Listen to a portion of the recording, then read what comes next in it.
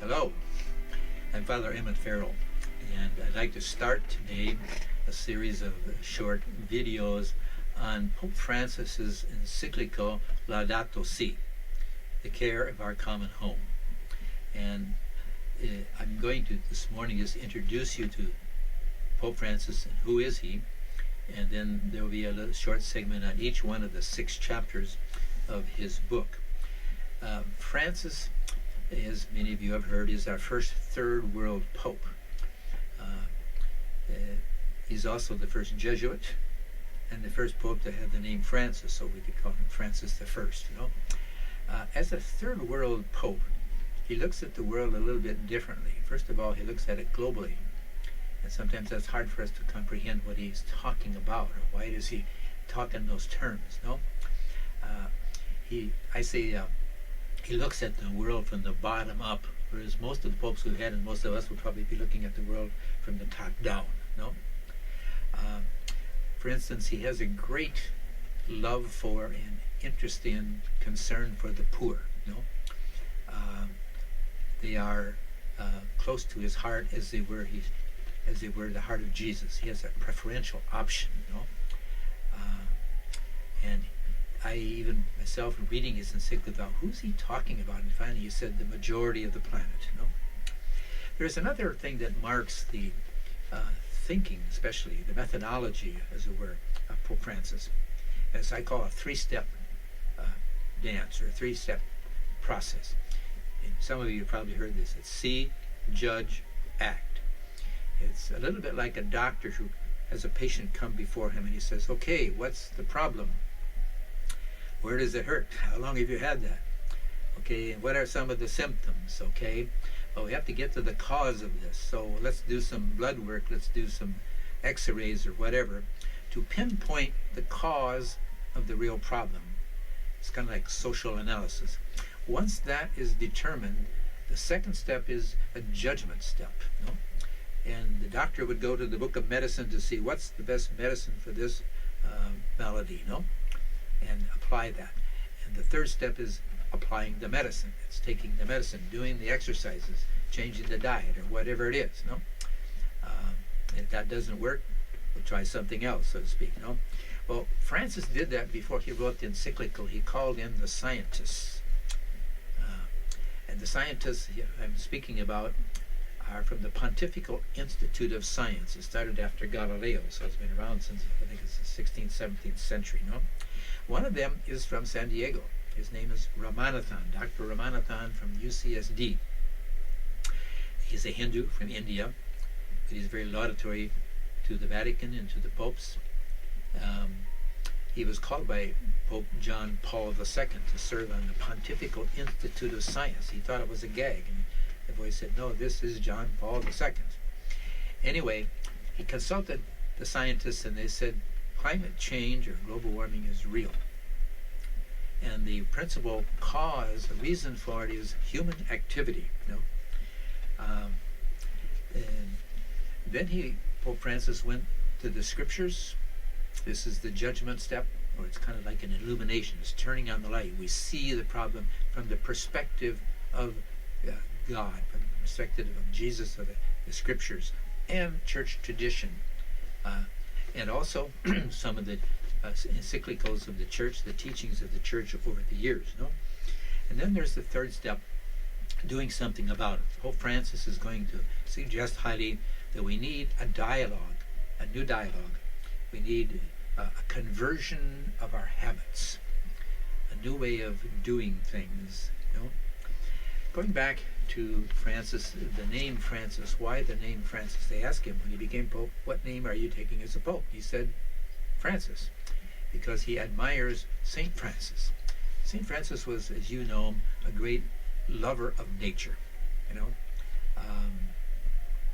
He wrote his famous Canticle of the Sun, praising everything that God has created. And Pope Francis starts off his encyclical with the first 2 words of the encyclical, usually become the title, and it's in Latin. So people say, what's Laudato Si? It means praise be to you, Lord, which is the first line and runs throughout the the Canticle of St. Francis, no?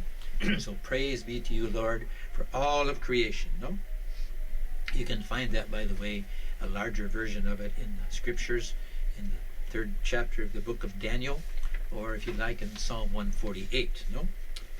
Personally, I would like to stress the urgency that there's a crisis in front of us, and we're very slow at responding. No? I say this for 4 reasons. First of all, the encyclical is the official, authoritative voice of the Church. It's the only one of Francis's writings that is an encyclical, which gives it a more authoritative, powerful voice. No? Secondly, the scientists, the great majority, over 90% of them, agree that climate change is real and that the principal reason or cause is human activity. No? A third reason would be all the religious traditions of the world. I have books full of them. I have not yet found one. And this includes everything, not just Christian or Jewish or Muslim, but all of the other religious traditions of the world, the Buddhists or even the indigenous, their love for creation and the need to conserve, protect our environment, creation, in other words, no? And finally, in December of 2015, only months after Laudato Si was published, there was a meeting in Paris of the leaders of the world. 195 countries signed the Paris Climate Agreement, agreeing to lower their carbon emissions to save or to protect the planet. No? So there is an urgency that's coming from the scientific, also from the medical field, and also the military are aware of this, and they're bracing and they're preparing for it. Because as climate change causes drought, say in Africa, people have to migrate. 5,000 people died trying to cross the Mediterranean in 2016, trying to migrate to Europe because of the drought, but also because of the violence. No? There is positive change. It's perhaps happening at a greater rate than we might realize, but still we haven't stopped. I'm saying it's kind of like mopping the floor when the faucet's running. We haven't cut down the emissions enough. No, I'm talking about wind and solar energy. It's exponential, the increase. There's more solar jobs being produced in this country than there have been in all the other fossil fuel industries in the last few years. No, so unless all of us become conscious and aware of this, it's not going to get better. It's going to become even worse. No. So Bishop Desmond Tutu, he's an Anglican bishop from Africa. Perhaps he said it best. He said, everybody is part of the problem, which therefore makes everyone part of the solution. No? Even Dr. Seuss. Some of you know who Dr. Seuss is. They wrote those children's books. One of them's called The Lorax. Someone gifted me a copy of it, and they underlined a phrase. They said, make sure you read all the way to the end. And at the end of it, it says, unless someone like you cares an awful lot, nothing is going to get better. It's not. And finally, Pope Francis says we are one family and we live in one house. No? Or all interconnected. What one does affects the rest of the family. No? You find that in 1 Corinthians 12:12 and following, the mystical body idea. I mentioned that idea to a bunch of grade schoolers, and they said, one house? Then they thought for a minute, and they said, oh, you mean the planet? I said, yeah, you got it. I want to make a caution here.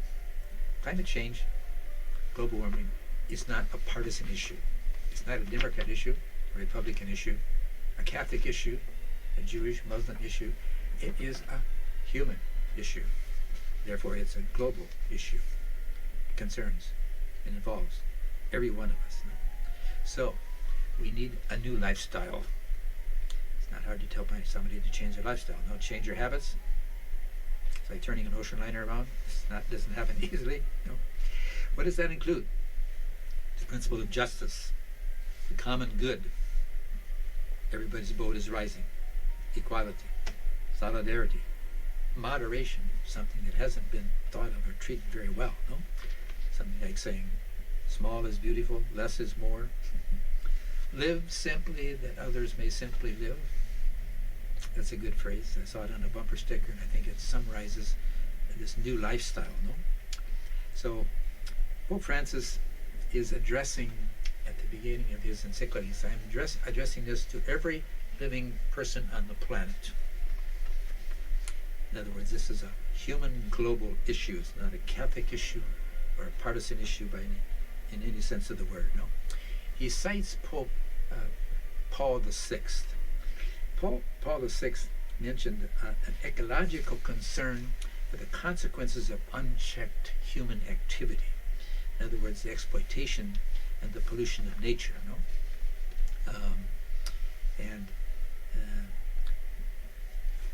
Just before the Paris Agreement took place, Pope Francis went so far as to say that humanity is on the brink of global suicide.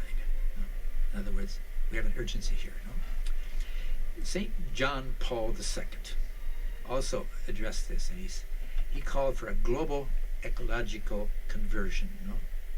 He said at present there's little effort regarding the moral implications of human ecology. No? In other words, he's talking again also about that lifestyle change. No? Benedict XVI was concerned. He mentioned structural causes. In other words, he's saying it's systemic. Something in Latin America was very obvious to all of us that many of the problems, political, economic problems, were in the system itself. They went so far in Medellin to say that we call it institutionalized violence. No? Pope Francis says poverty brings violence. No? Benedict XVI said that the problem begins when we no longer admit a higher authority, a higher power. No? We become lords in our castles. We become kings of our life. And finally, I think the best of all might be Patriarch Bartholomew. He's the head of the Orthodox Church. He is to the Orthodox Church what Pope Francis is to the Roman Catholic Church. No? He said, for human beings to contaminate the world's air, its water, and its land, these are sins. We have no such right. No? In fact, he suggested replacing consumption with sacrifice, greed with generosity, wastefulness with a spirit of sharing. He calls it an asceticism. And of course, most of us think we're very far from being an ascetic. No? He says we must think in terms of giving and not just of giving up. No? Finally, there's St. Francis, the model for Pope Francis, but also for all of us, his simplicity of life. No? Getting along with what you have, not always concerned about what we don't have, someone said. No. He also, as St. Francis, had a great love for nature, because he saw in nature a reflection of the Creator in his creation. No? Pope Francis is really then suggesting that we need a new and inclusive dialogue. And he says there's hope. No? He says we must hear at the same time the cry of the earth and the cry of the poor. No? He critiques technology, which has made great innovations. It's been very creative. But it also could have a downside if it forgets about ethics and the environment and concerns only about power and profit. No? So in the end, in a word, what we're talking about here in the introduction to Laudato Si is a conversion to a new lifestyle and ecological spirituality. Okay?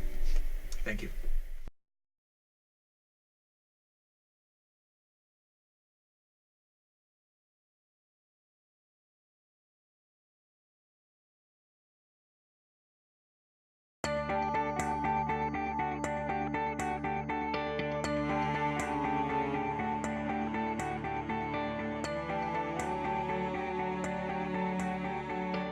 Hello again.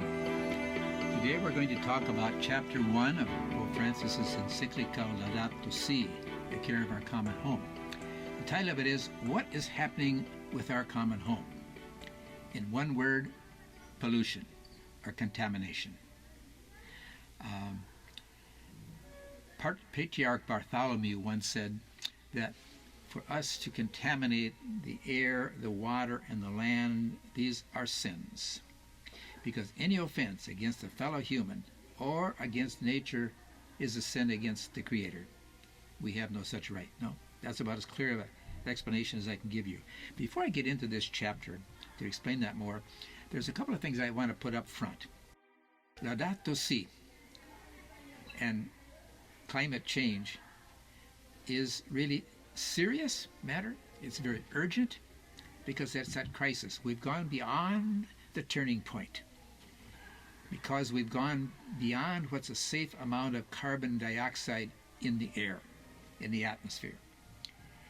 And Pope Francis, for that reason, spoke out. He made the only authoritative teaching of his papacy when he wrote the encyclical Laudato Si, as an encyclical, no? And I say that it's urgent and it's serious and it's here, it's now. Paragraph 23 says that climate change is real and the principal cause is human activity. Okay? Two declarations were made very recently. You may have heard what's called the IPCC, the Intergovernmental Panel of Climate Change. That's the UN. About 100 scientists came together. They pooled their resources, and their declaration in essence said we have a window of 10 years to bring the emissions down, or we will see more catastrophic weather patterns. We're already seeing it. We'll continue to see more because there's enough up there already. If we froze it totally tomorrow, we'd still have these weather patterns going on for some time. But what they're saying is if we don't bring it down, they're going to get worse. Almost the same declaration came from the Pontifical Academy of Science from the Vatican. Again, 100 experts from around the world came to almost the same conclusion several weeks later. So those two authoritative bodies have pronounced that we must do something to lower those carbon emissions. And what that amounts to, as I said, what's happening to our planet, pollution, contamination. No? And it's what's called global warming. Now, global warming has to do with those emissions not being able to escape as they always did because there's so much of them. No? So they're trapped. They call it greenhouse gases. That's a phrase that means it's like a greenhouse. It's like a roof of a greenhouse. It traps the heat so you can raise tomatoes when it's 10 below zero outside or something like that, no? And so that's what's happening in our world. The planet is surrounded by a layer of gas, and it's so thick that these gases can't escape, so the temperature is going up. We'll talk about the oceans. That's where most of it ends up anyway. And we put 110 million tons of carbon dioxide into the air every day, and it's actually going up. I just heard the other day one of the companies is getting rid of their electric car because it's not selling, and they're putting more emphasis onto the SUVs and pickups. And I thought, wrong direction. But all the companies, car companies, are trying to get an electric vehicle, no? The effects of climate change, I'm sure you know about them, you've heard about them. If you watch the news, every day we see some effect of climate change or that global warming, no? Deforestation. Right now, the biggest problem with that is in the Amazon basin. 9 countries in South America are fighting that, and the church is very much involved in it. Pope Francis went there. He named a cardinal from Peru, who's very much a leader in this. I have a good friend who works very closely with what's called RAPAM, which is the Regional Authority on Pastoral Affairs, and they're trying to work with the indigenous people so that their culture, their way of life is not destroyed, because the streams are becoming contaminated by the mining and the mowing down of the trees, the lungs of the world. It's the biggest, that and the Congo Basin are the 2 biggest nature preserves in the whole world. And our oxygen is produced there. So deforestation, also the melting of the polar ice cap. I'm sure you've heard about it. Ships now can go through where they couldn't go before because the ice is melting. And that used to keep us from overheating in the world. It was kind of our, what do you call it, our air conditioner in a way. We're losing that. And that means the sea levels are rising. I'm sure you've heard of that. Some of the streets in Miami flood now every day. and people in the islands are starting to move to other islands or to higher ground, because if there's a tsunami, they're going to lose. Miami is supposed to be the #1 loss of property if and when there is a hurricane, because they build those condos right next to the beach, so you can run and take a swim and then come back to your condo. Well, they're beginning to rethink that. Some of the companies are wanting to move further inland, further back from the sea, because of that melting of the ice cap and the rise of the oceans, the sea level. The scientists are about 97 to 98% agreement on this, and they say that if we do not deal with this now, it's only going to get worse. No, other people have said the same thing. So there's an urgent need, as I said at the beginning. But also, one of the big problems here has to do with water, drinkable water. That's only about 3% of all the water on the planet, you know? And 70% of the superficie of the surface of the planet is water. So as the sea level goes up, the salt water is taking over. There are places such as Cape Town, South Africa, is rationing water. Certain parts of Central America, the bishops of El Salvador, are making this a struggle that they are very much behind. They're saying it's a human right. We can't privatize the sources of water and then make people pay for it. It's a natural human universal right. You know, 60% of our body is water, but there's 1 in 9 people, in the world that doesn't have access to safe drinking water. So what I'm saying is, this is really a pro-life issue, because water is necessary for all life. And I'm trying to show that with this poster here, by saying that climate change is a pro-life issue because it has to do, it affects all life on the planet. This reason Pope Francis says, I direct myself to every living being living on the planet, or every living being on the planet. Doesn't make any difference what religion or culture or language you belong to, you are part of the problem. You produce a carbon footprint. But I'm trying to show here that respecting of life has to do with human life, it has to do with plant life, as the trees, it has to do with animal life, as in the monarch butterflies or the wolf. And every year there's a walk for life, which is contrary to abortion. And I'm trying to say that also we are against the climate change and what it's bringing. It's destroying life, all life on the planet. Also euthanasia, which is taking of a life, and also the death penalty. The state of California, the Governor Brown just said that during his time there will be no executions. And also there's been declarations against the death penalty in other parts of the world just recently. So it's a growing movement. So it's a pro-life issue. Talking about water, I'm saying it's a universal right that all human beings have. And that makes water something that's necessary for all life on the planet. So for that reason, I say that climate change is a pro-life issue. It is because it affects all life on the planet. That goes for human life, it also goes for plant life, and also animal life, as we see here, the monarchs and the wolves, no? And I made this for the Walk for Life to show this, what's called the seamless garment approach, from womb to tomb, because we are against, when we say we're pro-life, we're against all of these things. Against abortion, now, obviously. We're against climate change because it's taking life, all life. We lose thousands of species of plants and animals every year, Pope Francis says in his encyclical. It's against euthanasia because that's us taking a life rather than letting it live to its natural end. And also the death penalty, as Governor Brown said, there will be no more executions during his stay in office in the state of California. Pope Francis also spends a lot of time in the encyclical talking about what some people call social equity. He says poverty, or he talks about the poor. Reading the encyclical, I was so impressed. I said, why is he always talking, why is he insisting so much on the poor? Who's he talking about? Finally, he says, the majority of the planet. No? There was a study done by Oxfam. It's a fidedigna philanthropic organization in England, sort of like Catholic Charities here. They published a study that they did worldwide of the imbalance of incomes in the world between rich and poor.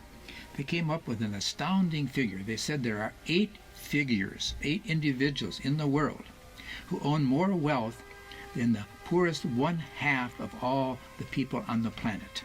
They named 8 individuals who own $428 billion. The poorest half of the inhabitants of the planet own only $408 billion total. That's a great imbalance. And Pope Francis says that poverty, that imbalance, eventually leads to violence. No? Speaking of the loss of diversity, a lot of what's happening we're not concerned about, we're not conscious of it because we don't see it. I'm speaking about what's going on in the oceans. No?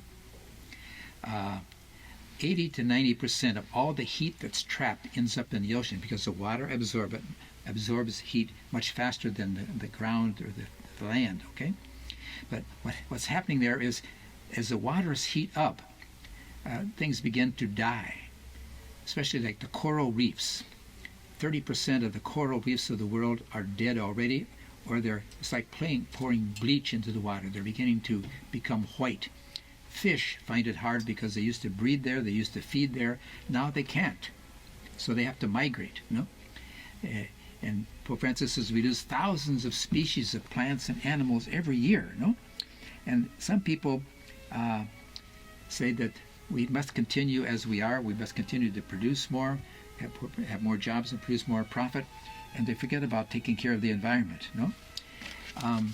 All of this, what I'm saying, has to do with contamination and the pollution of what God has given us as a gift, all the way back in Genesis 1:28 and 2:15, when he gave us the fruits of the earth and said we are to dominate, to till and protect. And someone said we've done an awful good job of tilling, but not such a good of protecting it. No. There is the thing also about the right to consume, that there's a majority of the planet that feels they have that right and to discard as they want. I'm sure you've heard of the garbage patch in the Pacific Ocean. It's twice the size of the state of Texas. And these are plastics and styrofoams that disintegrate very slowly. Just recently, we produced here at one of our parishes, our Mother of Confidence, and in at the Diocesan Pastoral Center, a 6.5-minute video promoting the use of biodegradable materials that are made of natural products. Cornstarch, bagasse, which is the leftovers of sugar cane. You know? And so when these go into the landfill, which they obviously do eventually, 3 things happen. First of all, they disintegrate very quickly. Secondly, they do not put chemicals coming from petroleum into the ground or the water. And thirdly, they do not give off a methane gas. And perhaps the most convincing part of our argument is that they're equal in price to the plastics and styrofoams, except for one item, what's sometimes called the doggy bag, that carry-out box when you take food home from a restaurant. That is a few more cents expensive than the plastics and the styrofoams. That's the reason that when the city of San Diego banned the use of styrofoams in restaurants, some of the restaurateurs protested because that's one of the things that they use a lot of. But we stand to say that this is one thing that we can all do in our home, in our schools, in our parishes, to get rid of the styrofoams and the plastics and begin to use these biodegradable natural products. Someone said, well, there's even a better way. Use the old wash and dry, the glass and the pottery ware, no? So I just want to end this segment tonight saying, okay, so what's wrong with our planet? What's happening to our planet? In a word, it's pollution. And I wanted to emphasize also that this matter is very spiritual. Some people say, it's just all politics. It's no more politics than anything of life is political. It's not partisan politics, no. But it's spiritual in its essence. I read the encyclical twice, first in English, then in Spanish. And when I read it in Spanish, I got the strong impression this is very spiritual, this is very moral, for one reason. Pollution is the big problem, or contamination. And it's spiritual because it has to do with stewardship. What does that mean? A care of our common home. The subtitle of the encyclical, no? God gave us the world as a gift. Everybody can do something about this. The best answer to that, what does it have to do with me, was by Desmond Tutu. He's an Anglican bishop from South Africa. He said, everyone's part of the problem, and therefore everyone's part of the solution. Gilbert Chesterton, he was kind of a philosopher from England, kind of a well-known man.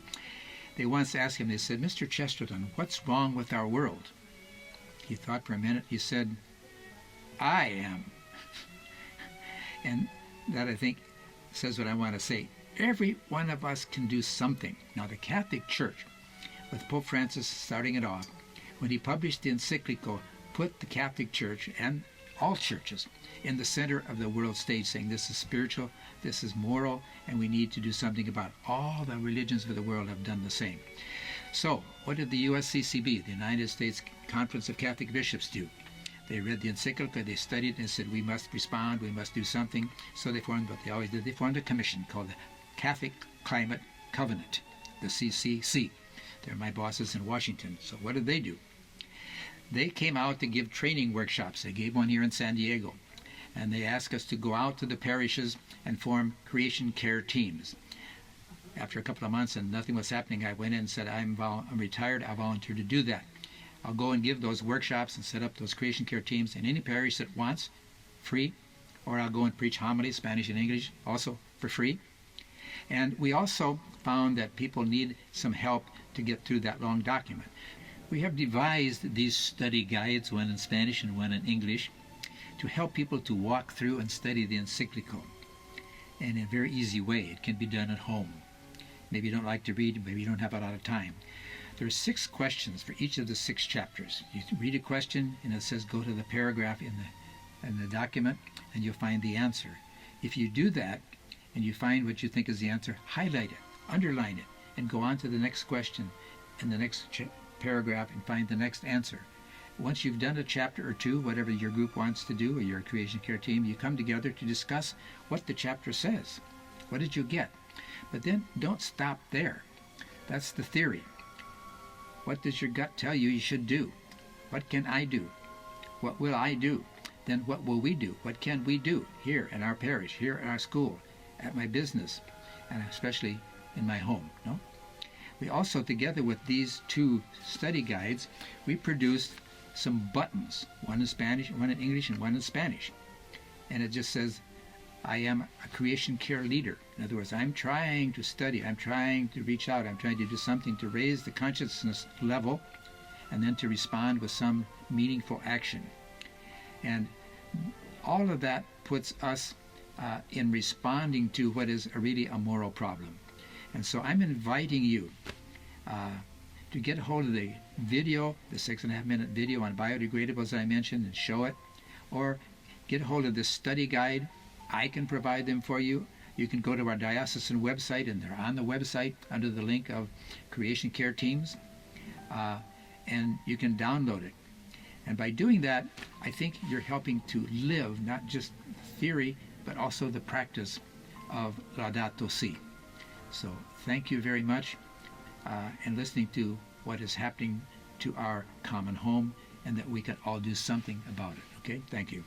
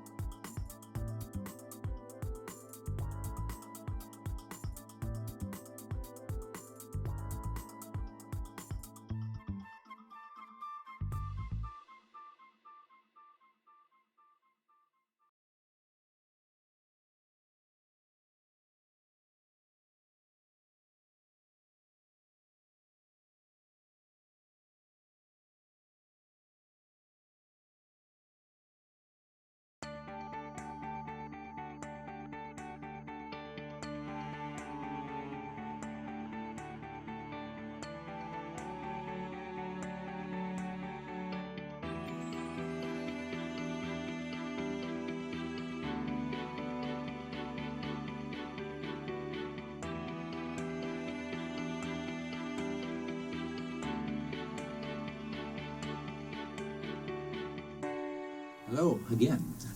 I'm Father Emmet Farrell, and now we're going to move on to chapter 2. Chapter 2 goes to the judgment. We said, see, judge, act. This is judge. This is like illuminating. It's like turning on the lights, no? And we go here, like the doctor would go to the book of medicine. We go to the scriptures. We go to church tradition, former encyclicals, former popes, and the fathers of the church.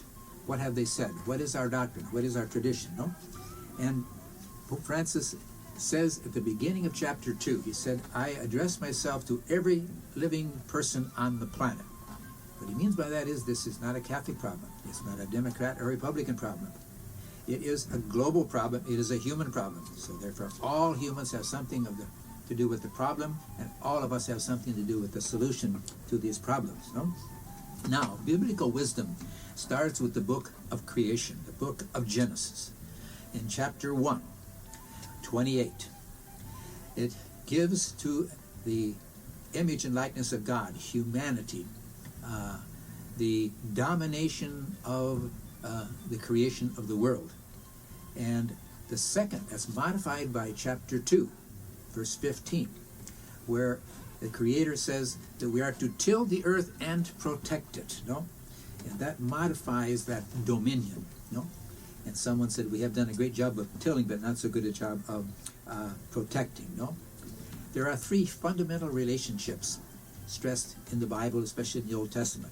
The relationship to God, the relationship to other humans, and the relationship to the earth. Now, there's something new there for Catholics. This is the first time in the Catholic tradition that this has at least been used to this with this emphasis.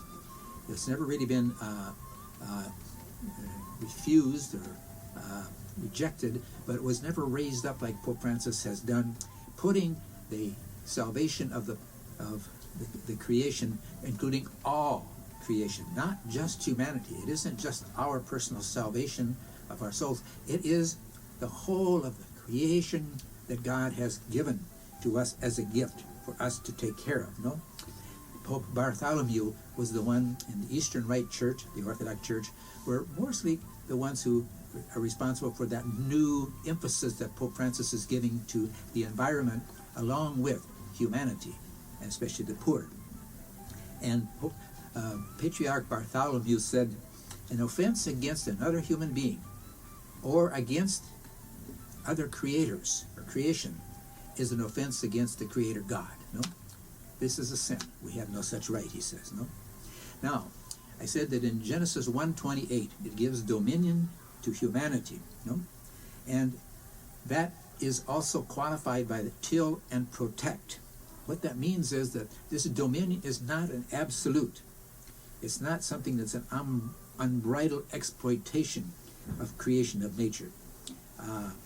But the Bible dwells on those relationships, those three basic relationships. There is no room, Francis says, for the tyrannical anthropocentrism. In other words, man being like a little god, without any consideration for the plan of the Creator. Francis says that for Christians, we must be aware of the fact that our duty toward nature and toward our Creator is an essential part of our Christian faith. Again, he's joining these two things together. Our responsibility to the Creator and our responsibility to all of creation. No?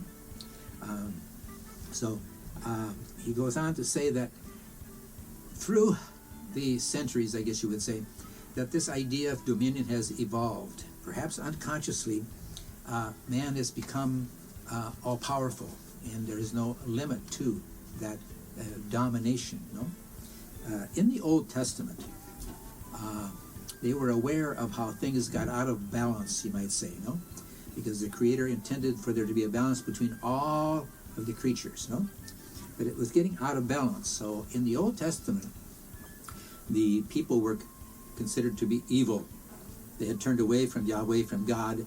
So God sent the prophets. He began an alternative plan, as it was, of salvation. Part of that was rest on the seventh day, no? That was very sacred. No? One was not to move things more than so many meters on the Sabbath. No? Also, there was a sabbatical year What that meant was every 7 years, people were to give back. They were to rest the land and to give back what they had accumulated. But even stronger than that was the Jubilee year, the 7 times 7, or say every 49, or we'd say every 50 years. There was a balance of all of creation, of all the accumulated wealth and of the people had stored up. It was giving back, trying to level off that everyone had an equal share of creation, no? And especially the poor. Throughout the Old Testament, I remember reading through it myself, and I was impressed that all the kings, at the end of the chapter about a certain king, they were good if they respected the 3 classical poor people, the classes of people. Who were they? The orphans, the widows, and the foreigners, no? Or we'd say immigrants or refugees, no? And that was sacred, no? I remember about this resting on the Sabbath. When I grew up, my father once said, I'm going to go in and ask the pastor today if I can work on Sunday to save a crop, to get his permission, because working on the Sunday was something a Christian just didn't do, no? The Old Testament talks about the God creator, and then the God becomes a liberator. And the thing is, it's the same God, no?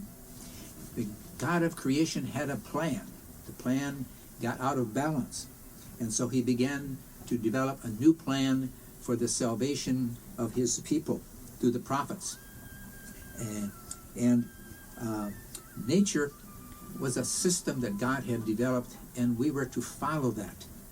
And what that means is that we don't decide what we want to do with the gift he's given us, but rather we're not self-sufficient and all-powerful with unlimited dominion, but rather we are cooperators in this plan of God.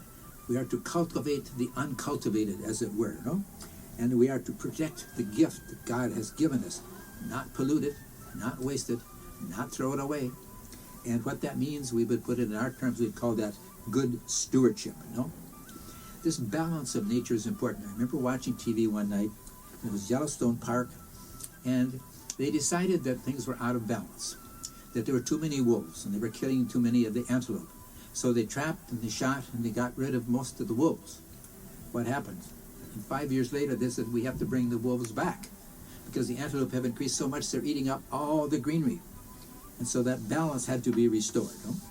So what we're saying here is that God has given us as a gift the whole of the planet of creation for us to protect, to use, to live off of, but not to waste, not to abuse, and to share, no?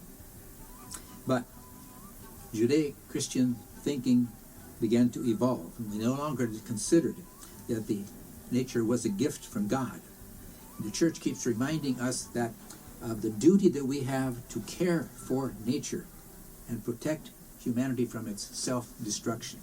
That sounds very drastic. Pope Francis said something right before the Paris Agreement in 2015. It was something like, after the encyclical had come out, he didn't go to the COPs 21, but he said, if we do not change, he said, the world or humanity is on a path of collective suicide. That's a very strong statement, you know? So this idea of cooperating with the Creator is part of this, the wisdom of the Scriptures, you know, that we're talking about here. The second chapter is called that, the Gospel of Creation. You know? So when nature becomes viewed as something that exists solely as a source of profit, that has very serious consequences, no? Because it runs contrary to what the Creator had in mind when he thought that there should be justice, there should be harmony, and there should be fraternity and peace, and sharing, solidarity. All these are Christian virtues when they get very much out of the perspective of the plan of God when we take all of nature for just profit, no? Every creature on the earth is dependent on every other creature, no? St. Francis of Assisi was very much aware of this, no? And in his canticle, praised God for all the things that he created, and some of them were bad. we would consider rain, chill, frost, rivers, planets, trees, animals, insects, birds. You'll find it in Daniel 3 in the Old Testament, a very long list of what that canticle is talking about. It's talking about nature, and for St. Francis, God dwells in nature. So if we study nature, we take care of nature, we begin to discover something about the Creator. We are, Francis says, one family. We are a universal family, and we are living in one house. Normally we take that to mean humans, but it includes all of the creation. So that's all of the animal and plant species as well, because they're part of creation. And Pope Francis goes on to talk about what is a scandal.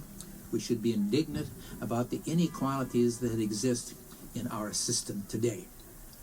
And I give one example here that was shocking when I read this. It came from Oxfam Fidedigna organization in England, and I may have mentioned this before. They said that 8 individuals on the planet own $428 billion, and they named the 8 individuals.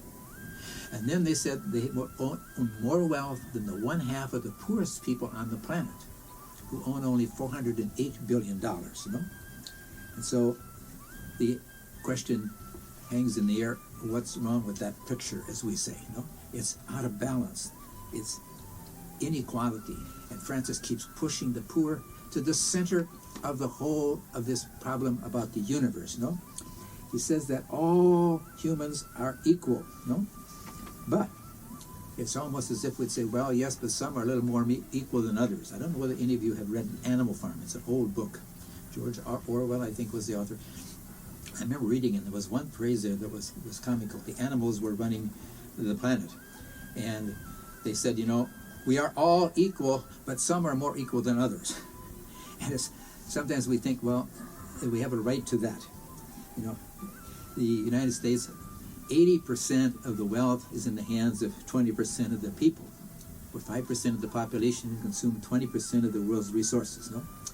But we go back to this fact that in nature, we can't lose heart of compassion for those who are suffering, because everything is connected. It's the body idea.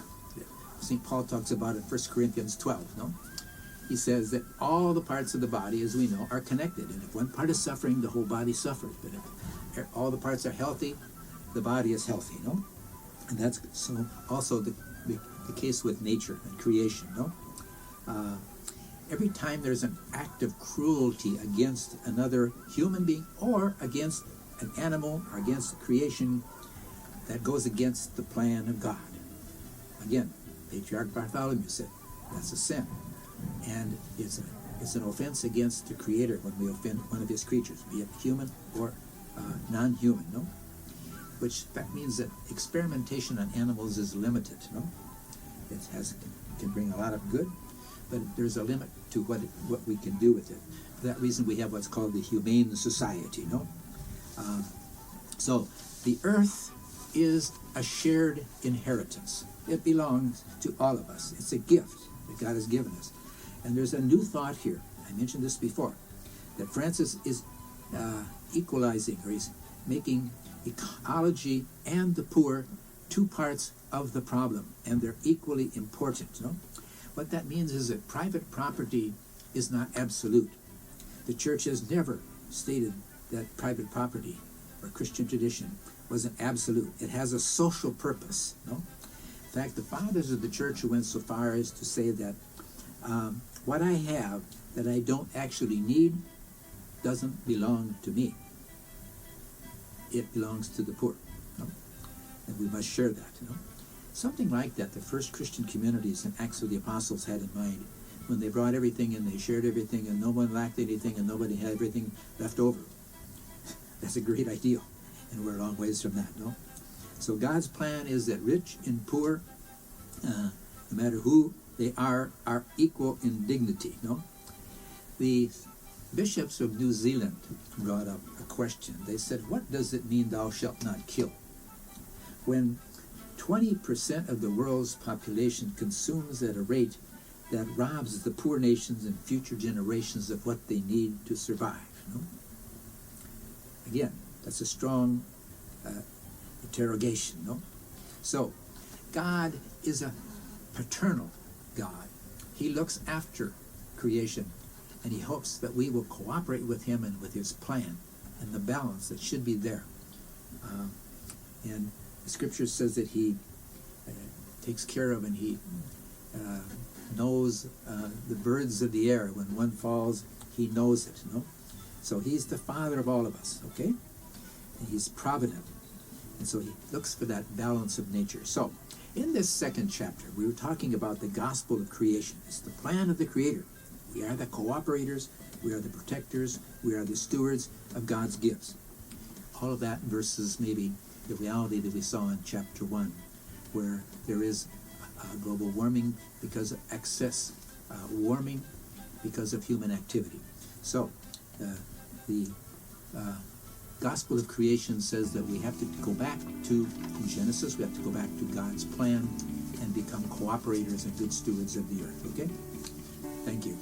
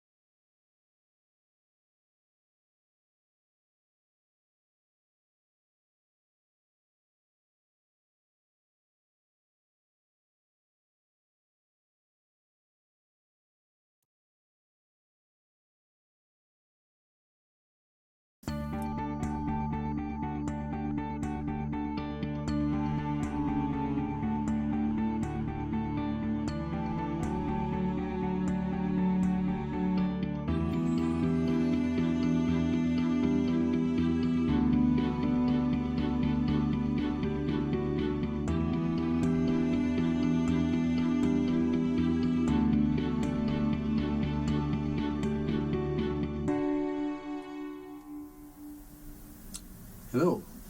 Today we're going to go on to chapter 3 of Pope Francis's encyclical, and it's entitled The Human Roots of the Ecological Crisis. No?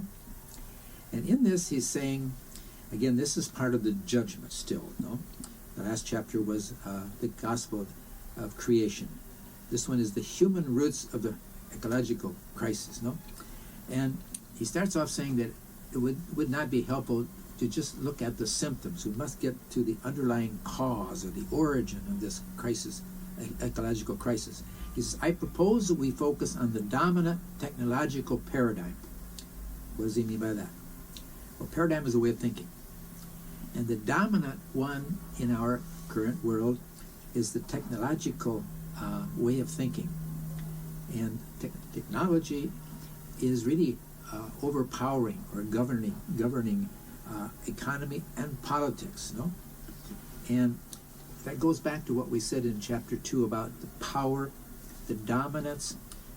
In fact, humanity has more power today than it has ever had, including some that's very destructive.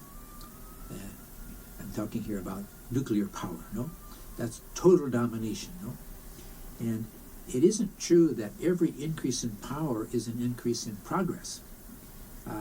As if goodness and truth flowed from every sense of power. That's not really the case. The fact is that humanity, Francis says, has not been trained to use power well.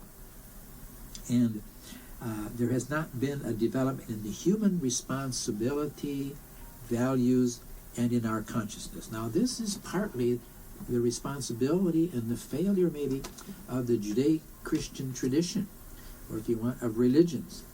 And Francis is trying to break through this paradigm of thinking, which is technological. What he's really about is trying to get ethics or morality, the values of Scripture and tradition infused into the dialogue, no?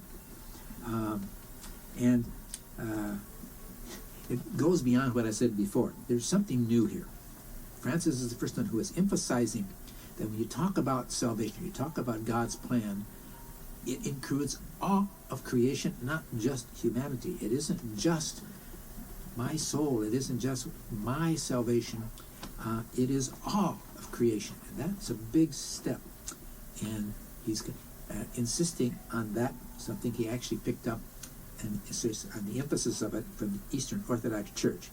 There's a little humor once where Francis said, you know, there's that passage in Apocalypse or Revelations, the last book of the Bible, where it says, I think it's chapter 4, where he says, Jesus is saying, I am at the door knocking.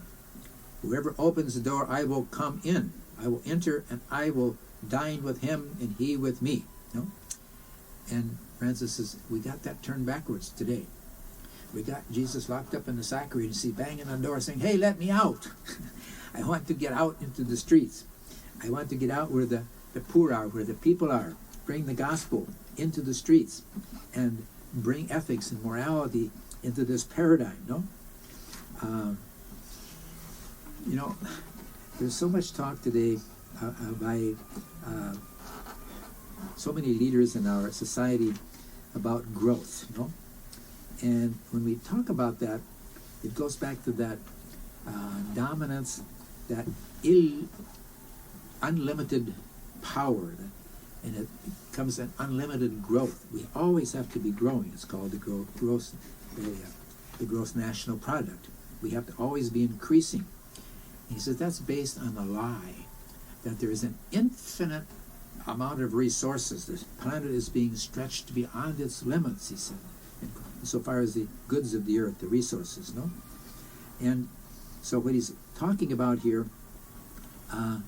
is that this leads to deterioration of the environment. When we overproduce and we overconsume and waste, that's taxing the environment beyond its balance, no?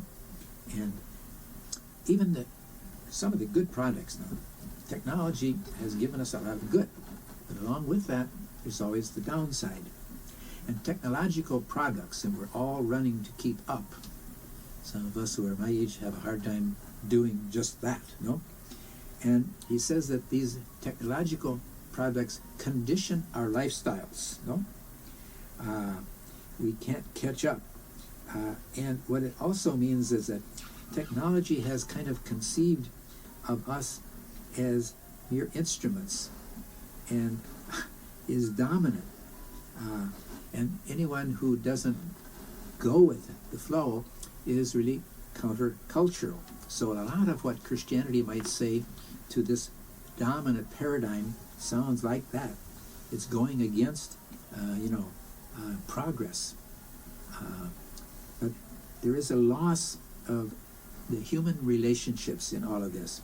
I'm sure all of us are aware of the overuse that's becoming now diagnosed as is it an epidemic proportions in our society, the use of cell phones and some of the media that is invading our property, and it's causing us to lose our social relationships, one with another and with our Creator, and what called virtual relationships, no?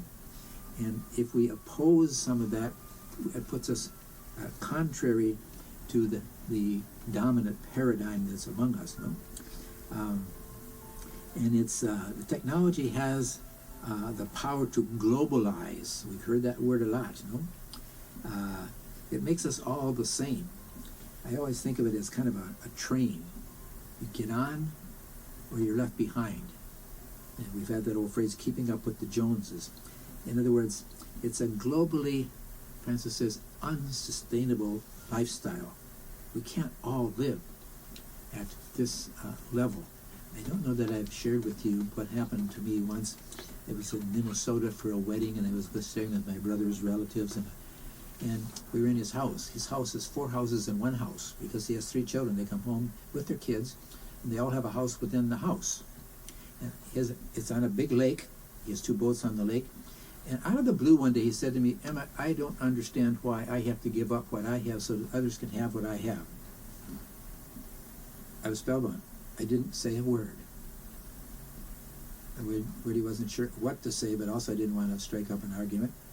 I later read that if we all lived at that level, we would need 1.7 planets. No, in other words, the lifestyle that we have, as Pope Francis says, it's unsustainable globally. No, we can't all live at that level. No, and so what's happening is that when the environment is seen, as I said before, as a matter of profit,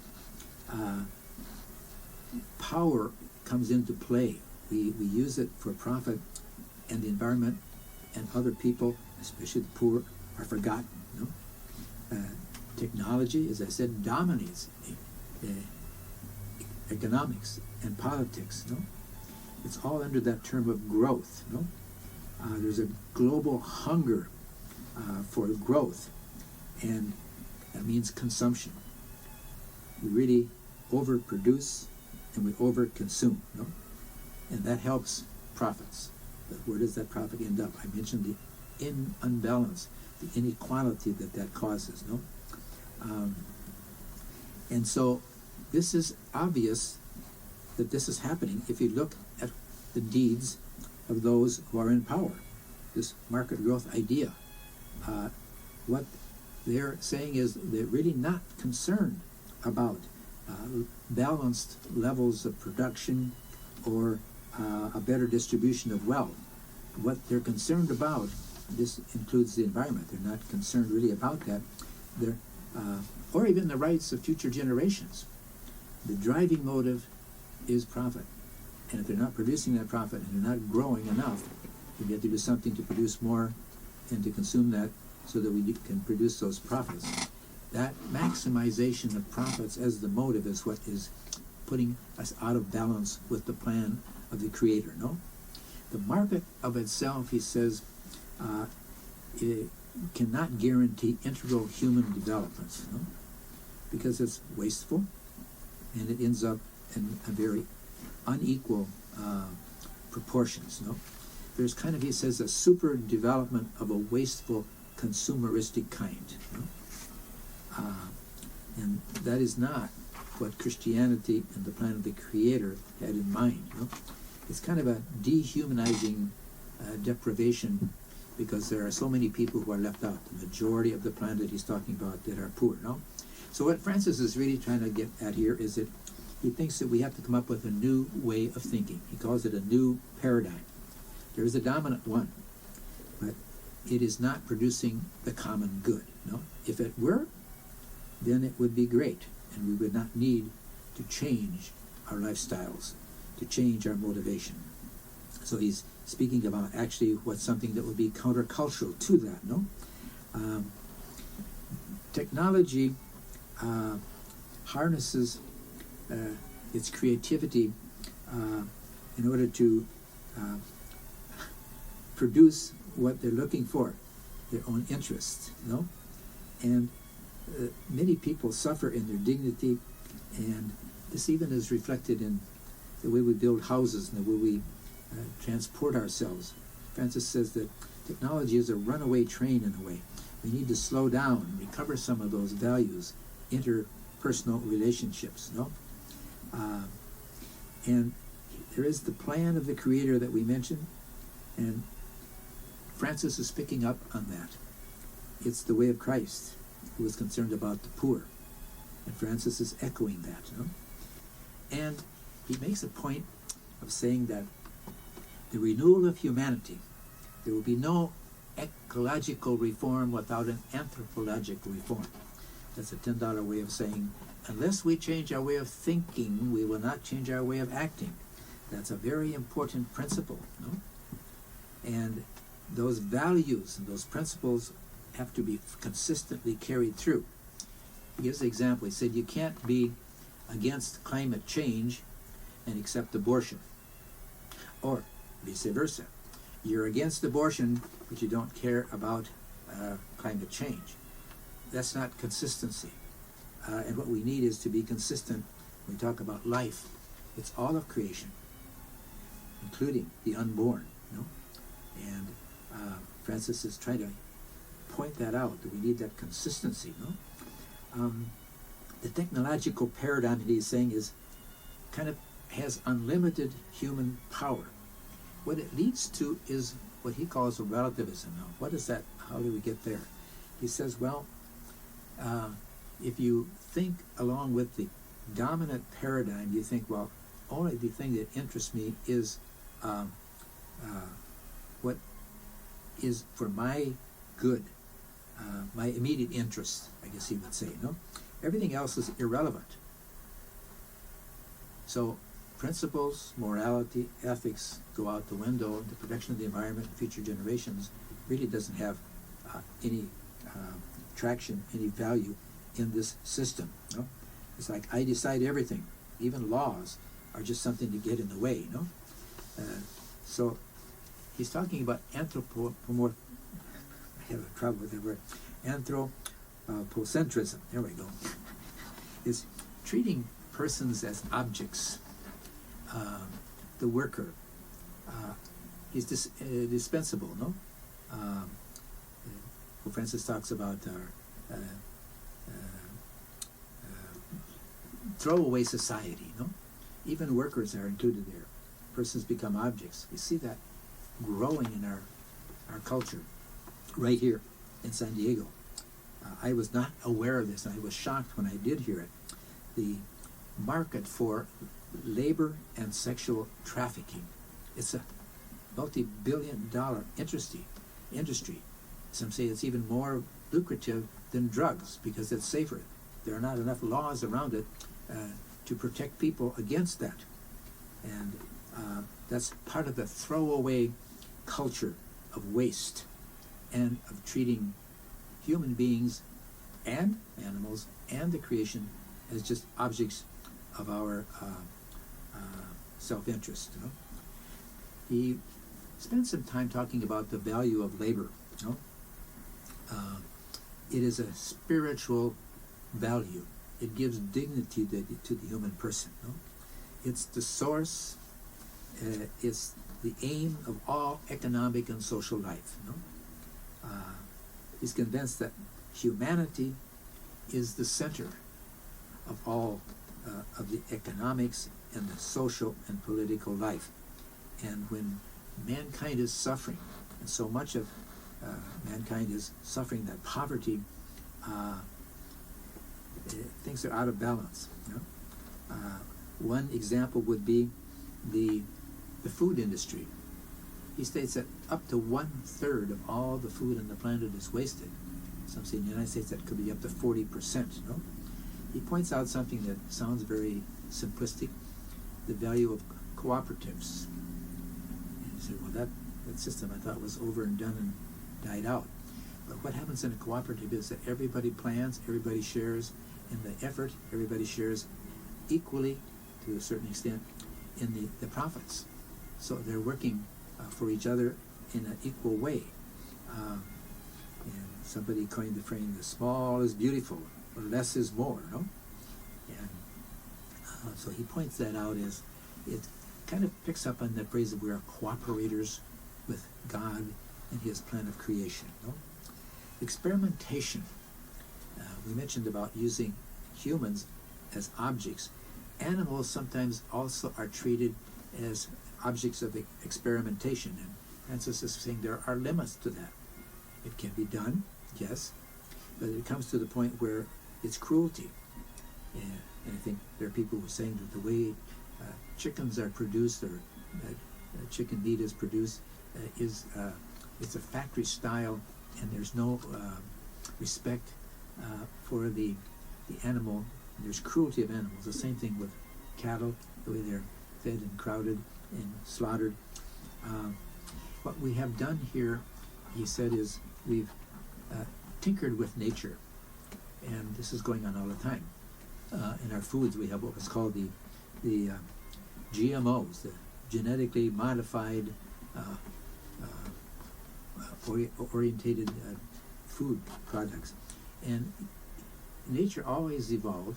There was a certain amount of that going on all the time, but this has sped it up to a point where it becomes like a production of something that I have copyrighted and I have complete ownership of it and domination of it. One example that I heard was what's happening with this creates monopolies. This was an example that happened back in the state of Nebraska. They raised corn, and a farmer bought the corn seed from, happened to be a company by the name of Monsanto, and sowed his corn, harvested his corn, and his neighbor wanted to buy some of it to use as seed for his fields the next year, so he sold him some of his corn. He was taken to court and sued because it was copyrighted. He could not sell that corn, and they had to go and buy it from the original company. It's genetically modified origin, the corn that he has to buy. So we're taking genetics and we're speeding it up, and in some cases it's cruelty, even to the point of human beings being trafficked. There are some ecological movements that defend the integrity of the environment, and through scientific research, they do it in a way that protects the value and respect of the human life. Technology, when it disregards ethics or morality, ends up unable to limit its own power. And that's the heart of what we're talking about here. We're talking in this chapter 3 about the root causes of the inequality and the exploitation and the pollution of the environment. And he's saying it's that dominant way of thinking that he wants to break and infuse ethics and the plan of the Creator. So when the human being takes power as something that's unlimited, it leads to serious consequences with the environment, and that's the crisis that we're facing. It lacks ethics, and it leads to domination or exploitation, unlimited power, what we call growth and profit. So all of that contrasts with the plan of the Creator. What Pope Francis is asking us to do is go back and consider all the way back to Genesis and what the Church has taught through the ages, that property has a social dimension. What we have is to be shared, not accumulated, and causing the great inequality. Inequality, he says, causes violence. We see it in the migrations throughout the world, caused by climate change, and also people who are just violent by nature, and people have to move and get out and migrate. So, chapter 3, it's getting to the human roots, and it's that way of thinking that we need to try to change the paradigm, change our way of thinking, so we'll change our way of acting. Okay? Thank you.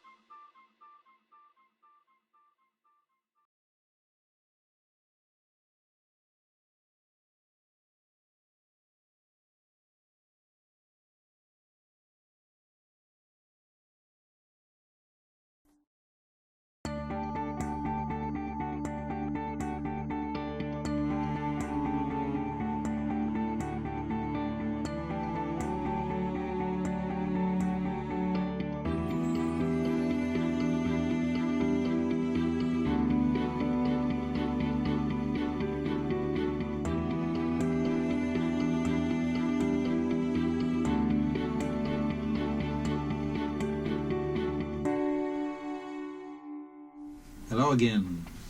Today we're going to look at chapter 4 of Pope Francis's encyclical Laudato Si, entitled Integral Ecology. And this is kind of the bridge chapter in the encyclical. Some people would put it, more people probably with the 3 steps of see, judge, and act. We're still in the judgment. In other words, what does the Scripture say? What does church tradition say? What's the judgment the moral, ethical judgment on the problem we presented in chapter 1, what's happening with our common world. But basically it's fossil fuels and global poverty, But in this chapter, we're going to start to move into action steps, or at least looking at what can we do to have an integral ecology. First of all, it might be just a few clarifications. We use several words interchangeably, and there's subtle distinctions between ecology and environment. Ecology has to do with the relationship between organisms and the environment. And environment itself has to do with the relationship between nature and society. So one has to do more with the plants and animals, all the species, with the world around them, whereas environment has to do with that relationship of all those same organisms with society. In other words, that's where we come in. That's the little subtle distinction between those two terms. We also use the word systems. Now, systems, as I understand it, would refer to one species, all the members of that species, whereas the relationship between that species and all the other species is called an ecosystem. And that's very important. I'm sure you've all heard the term the food chain. We especially would talk about that in the oceans. One thing feeds off another, but that's true all throughout creation. Who are believers, would say, well, the Creator set it up that way. One thing depends on another. That's where he is driving home this idea that we're all interconnected as one common home. And there's a balance that we must have. I could give examples of that between the wolves and the antelope in Yellowstone. When they took out the wolves, the antelopes ate all the plants, and so they brought the wolves back. I mean, we get out of balance. So we lose 1,000 species, Francis says, every year. And so when we lose a species, it upsets that chain, that food chain, or the balance of nature, okay? And there's one other term we use, and that is sustainable. What does that mean? It means it's renewable or it's regenerative, with plants or animals, we would think about reproducing, continuing on. But it gets to a point sometimes where a species is not able to do that. It's threatened by something, and it goes into extinction. The last white male rhino died because of the poachers shooting it for their horn. Elephants are kind of in that same, for their tusks. And so if we intervene against nature, upset the balance, it brings about eventually extinctions. The natural environment and the social environment are interconnected very closely. So what happens with the environment affects society. And an example of that would be perhaps what's happening in some of the areas where I worked in Peru, not exactly the same area, but institutions or governments or states try to set up regulations or laws to protect against overuse or pollution.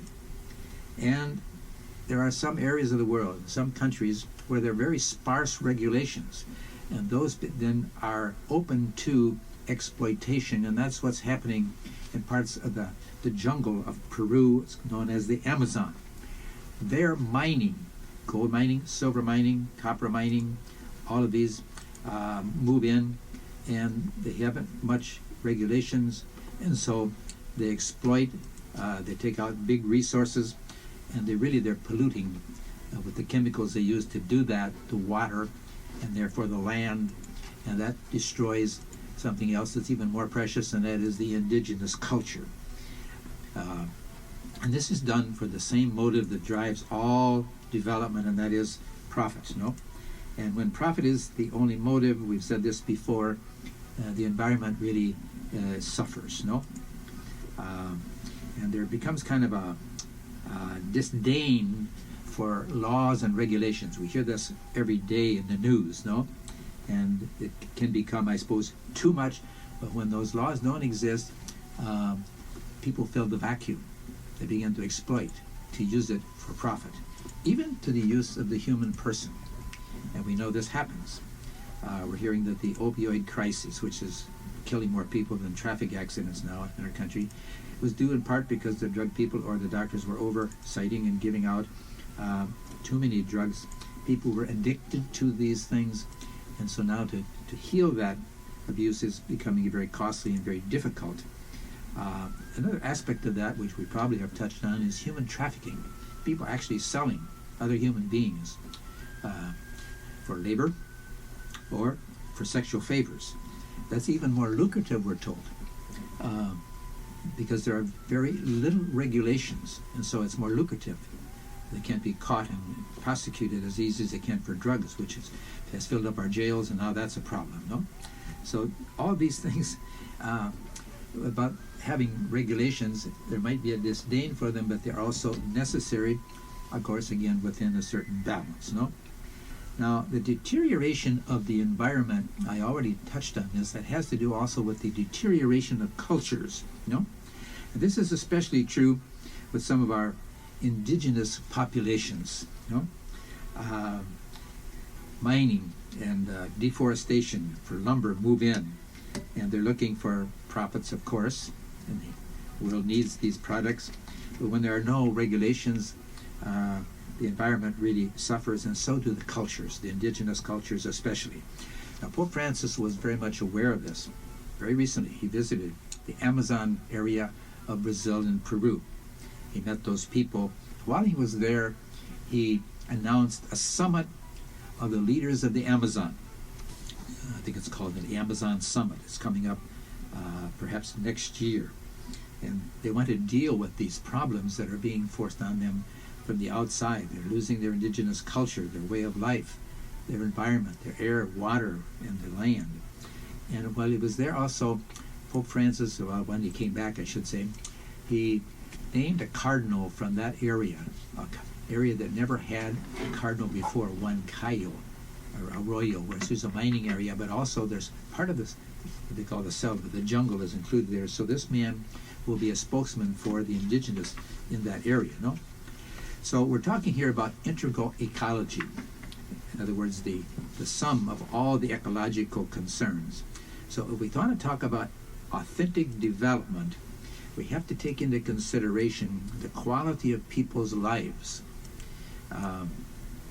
Because the development is only about profit, then the environment suffers, but also the other aspect of what Francis is talking about, along with the global and environmental problem, there is global poverty or global inequality, and that causes violence. He said that in his his previous writing, The Joy of the Gospel. Inequality leads to violence, and we must consider then the quality of people's lives in our cities. Here, this is a problem. We hear it all the time, but we don't have enough housing. People are paying half to two-thirds of their income for rents. Another aspect of it has transportation, which causes the emissions, which causes the global warming, the thickening of the atmosphere. So there is great concern and there's great interest in developing public transportation. Here in San Diego, Caltrans is trying to plan ahead and to get fewer cars in our highways, and that means that we have to spend and invert and plan for these things. It's very difficult. They've been fighting trying to get that fast rail from Sacramento to LA, and it's becoming tremendously expensive. Europe, I've traveled there. Trains are very efficient. They're very rather cheap. Same thing in Mexico City. Their subway system and their bus system. I took a bus once going to Puebla, Mexico, and so I thought, well, everything here's late. So I was sitting there reading my book, and when I went over, they said, well, that thing, I left at 10 o'clock. That was the 10 o'clock bus that already left. Take the next one. I was amazed. It's very rapid, very efficient. When I was in Peru, almost everybody in the cities travel by buses and what they call the minibuses. No, so that is another aspect in our cities, the quality of people's lives, the type of transportation, and how much of that we use. And that all has to do with what we call authentic development, a development which takes into consideration the quality of people's lives. No,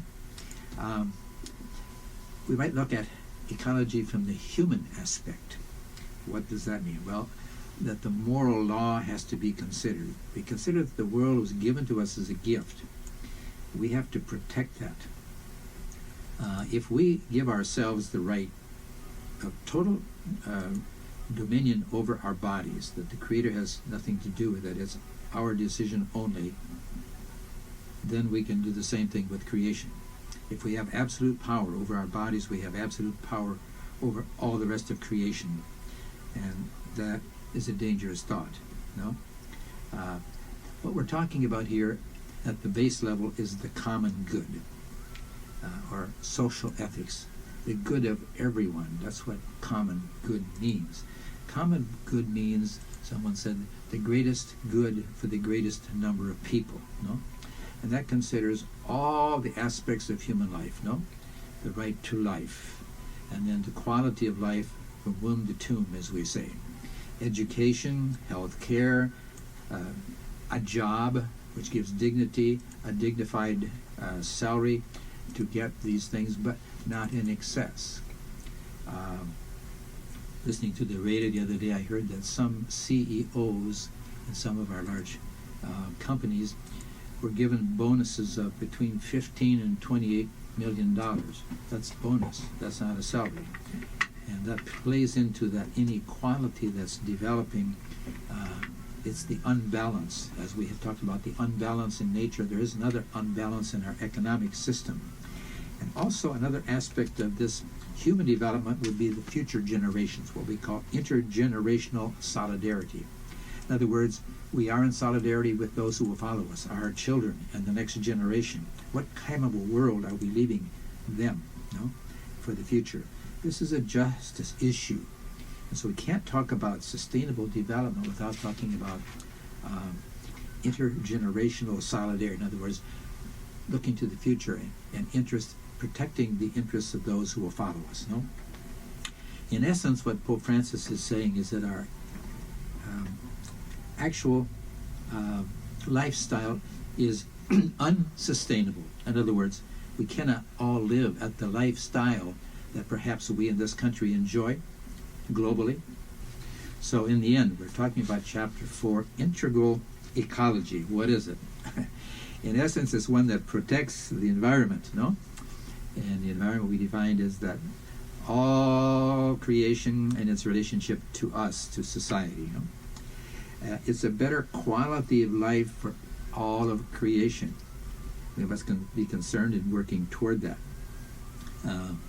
We might call it again the common good, the good of everyone and everything.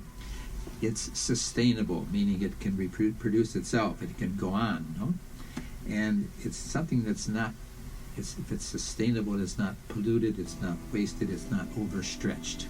So that, in essence, is what we would call then integral ecology, which is human ecology.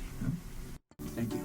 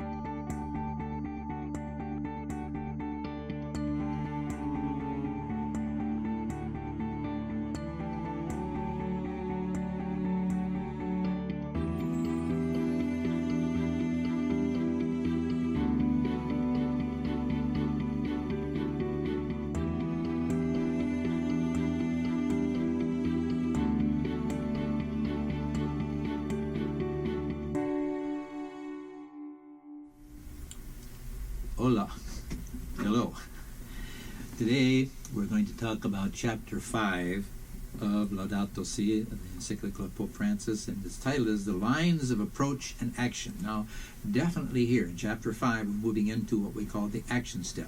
See, judge, act. No? We've seen the problem, tried to judge it morally, ethically, and now we're going to move into what do we do about it? How do we accomplish these things we've been talking about? You know, a healthy environment, a quality of life for the majority of the planet, or the common good, no?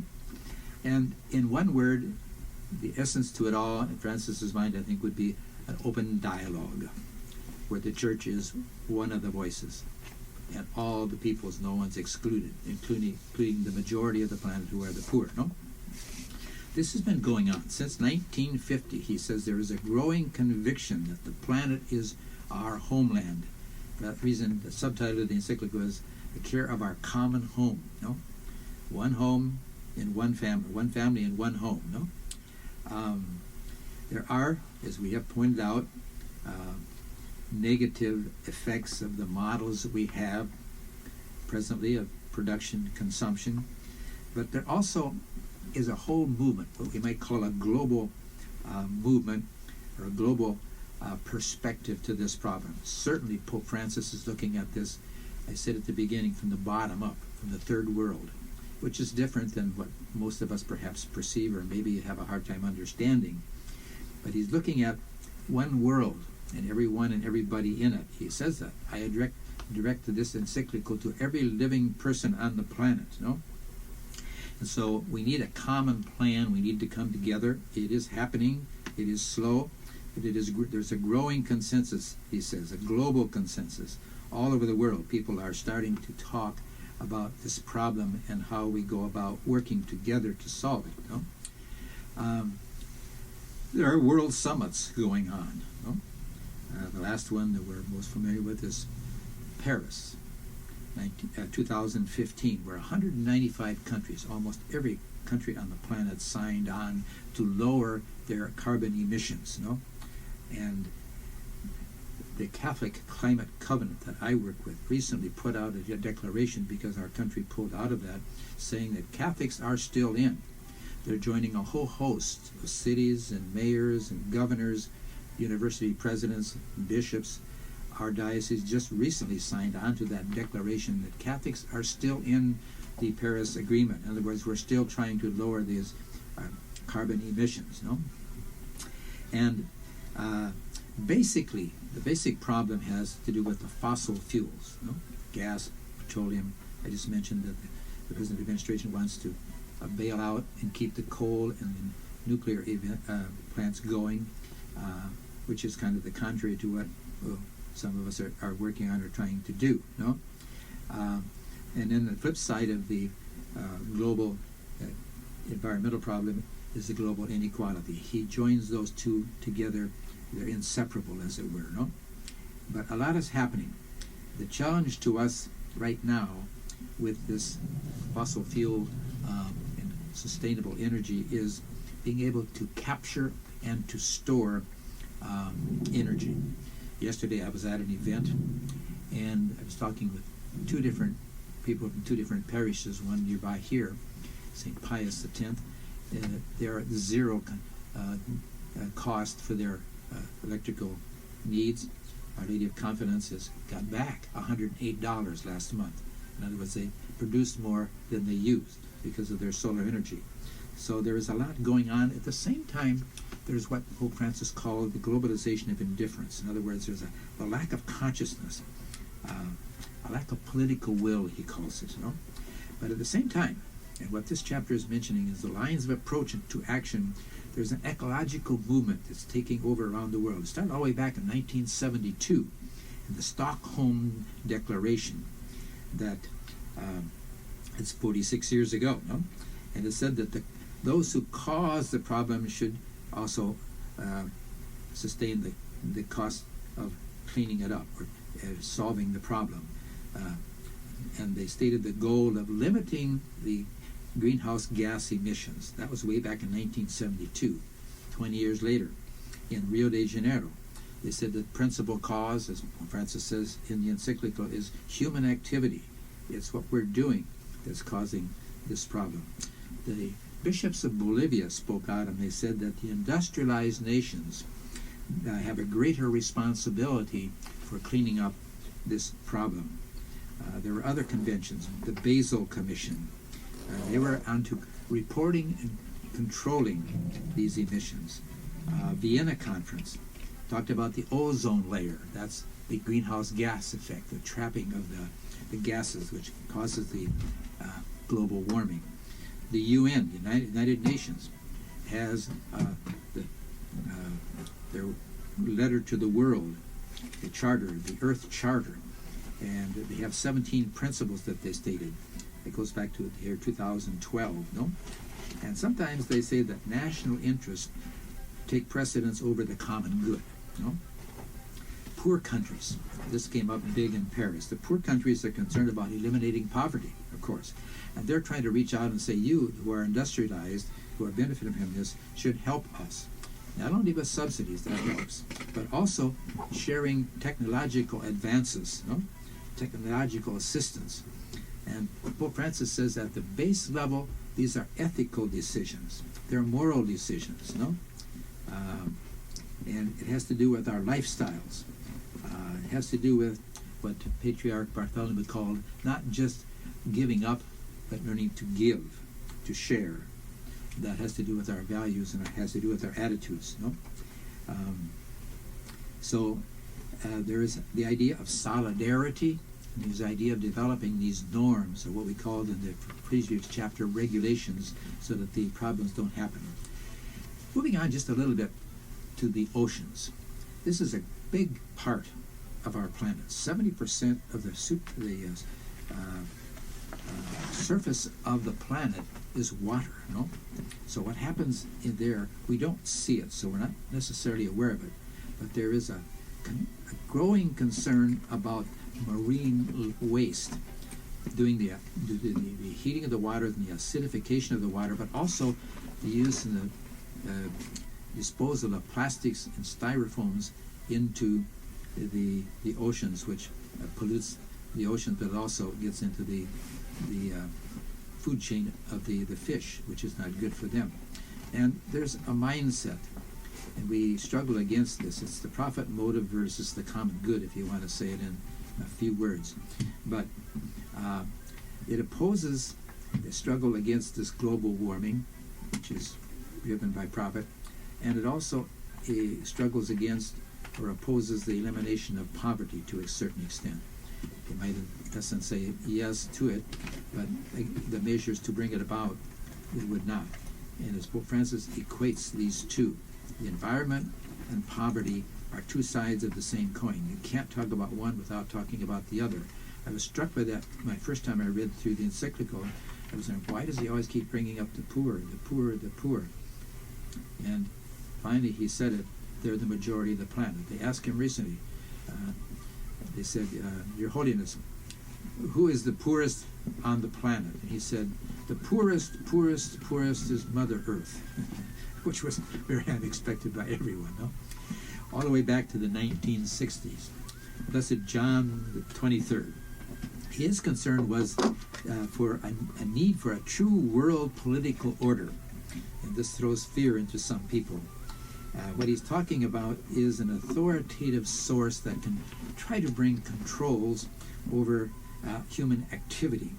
And of course that needs to be balanced, but it's also fought against. The crux of this whole thing is trying to enforce the common good versus protecting individual rights, or we would say the individual and economic and political interests, which we might say are self-interest sometimes. And even we just said a minute ago, the international or entities sometimes have more power than nation states, no? But we're talking here about, again, the common good and these regulations. It's another way of putting it is there's a struggle between the short-term growth and long-range environmental agendas. It's hard to balance out those two, no?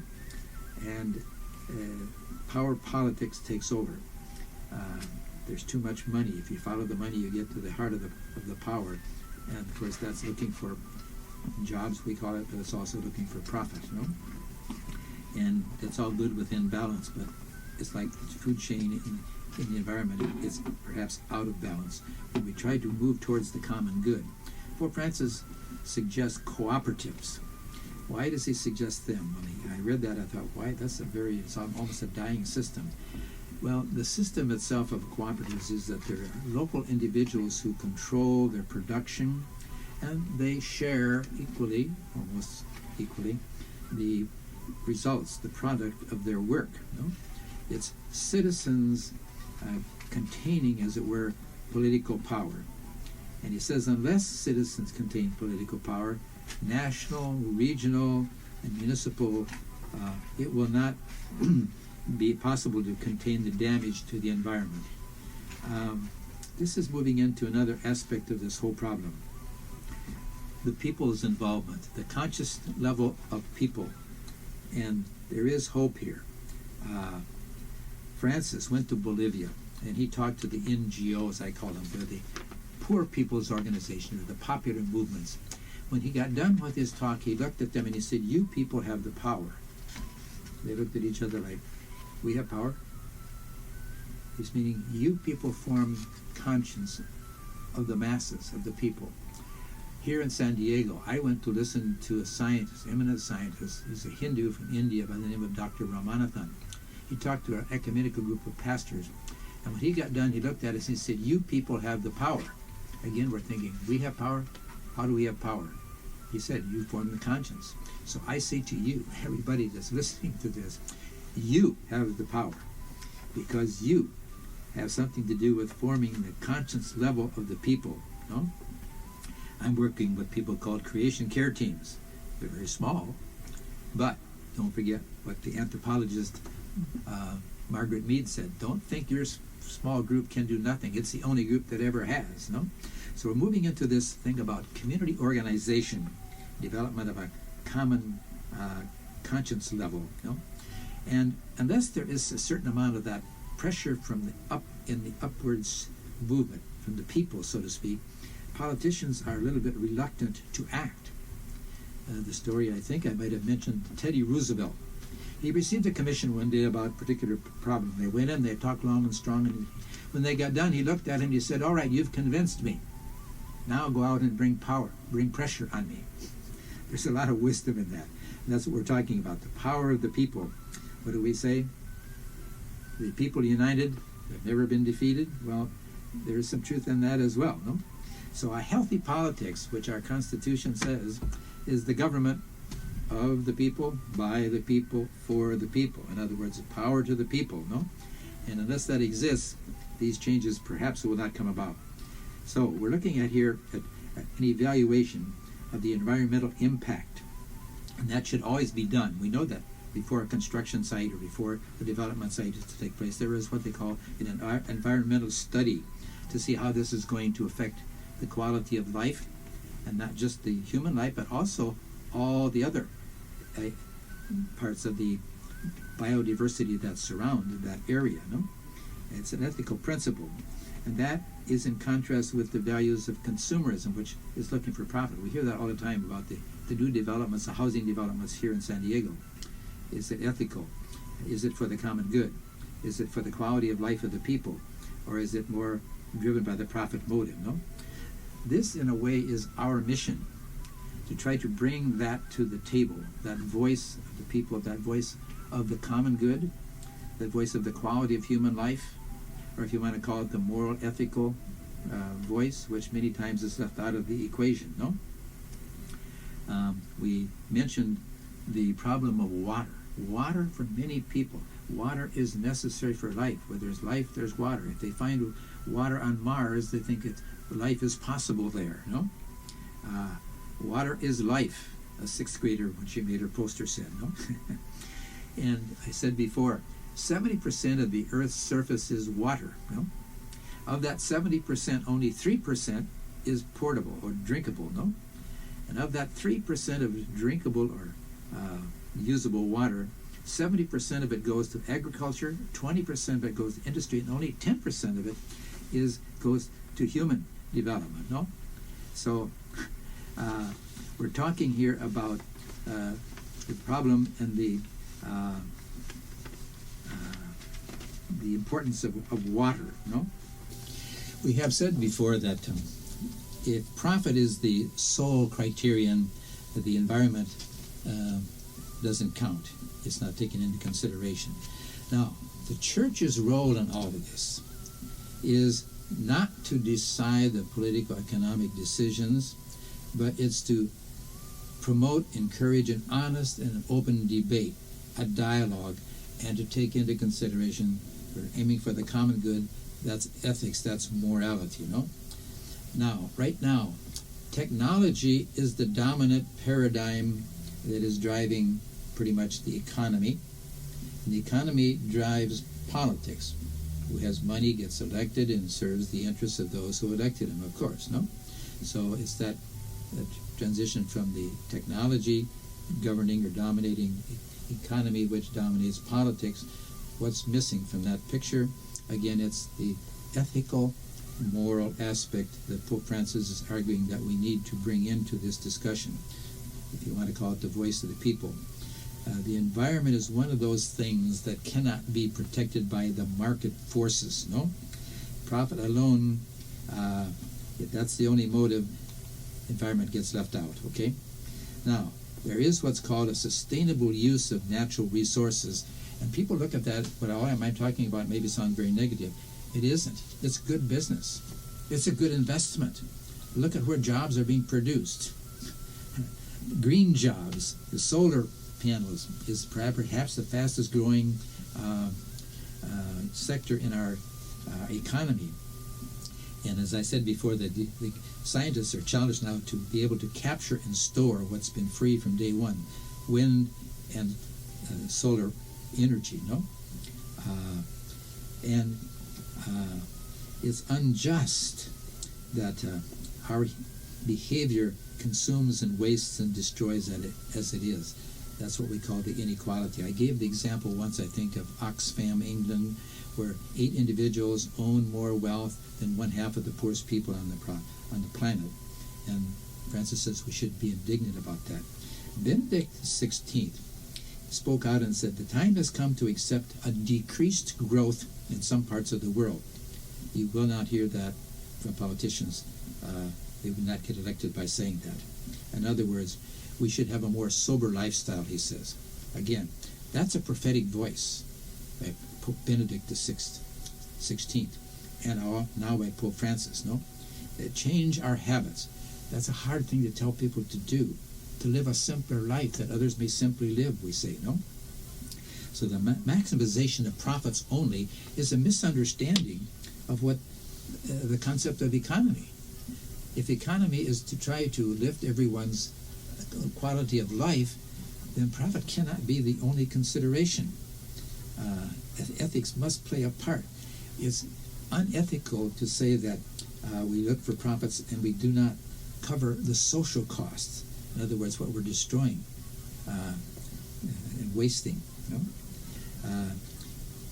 The greater the power that a nation or group has, the greater their responsibility for the common good, or what we call the social cost. You know, economics without politics and ethics cannot be justified. You know, John Fitzgerald Kennedy once said, "The soul of a nation can be judged by how it treats the least among them." You know, the Old Testament was bullish about that. Kings were judged by how they treated the widow, the orphan, and the foreigner. We'd say immigrant or refugee today. You know, so we're challenged to rethink the whole process at a global level. You know? And science alone can't do that. Francis is arguing for the religious voice, the religious language can be a help here. It's not the governing one, it doesn't make the decisions, but the values of our faith life and our morality, always speaking up for the vulnerable, the majority of the planet, the poor, you know. And he's saying that believers must be challenged to live a way that's consonant with their faith and not just contradicted by their actions. We cannot believe one thing and then act differently or accept differently, passively. 80% of Americans are believers. And so if that is harnessed, if what Pope Francis said in Bolivia, what Ramanathan said to us, and what I just said to you a minute ago, you have power, and we begin to take that into consideration, that our voice counts. We're joining this ecological movement, and we're doing what Pope Francis calls lines of approach and action.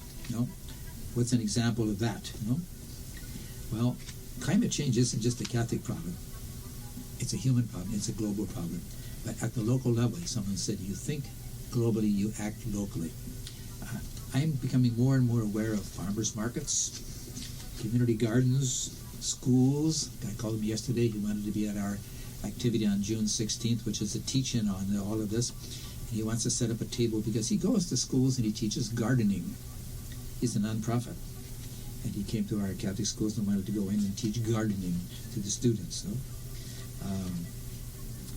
And our local politicians, here in San Diego, we have a climate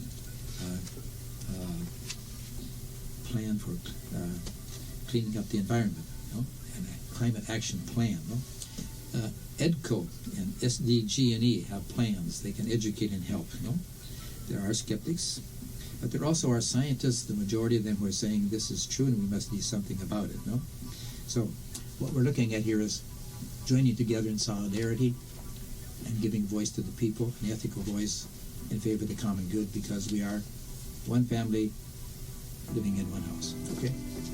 Thank you. That has to do with the lines of approach and action.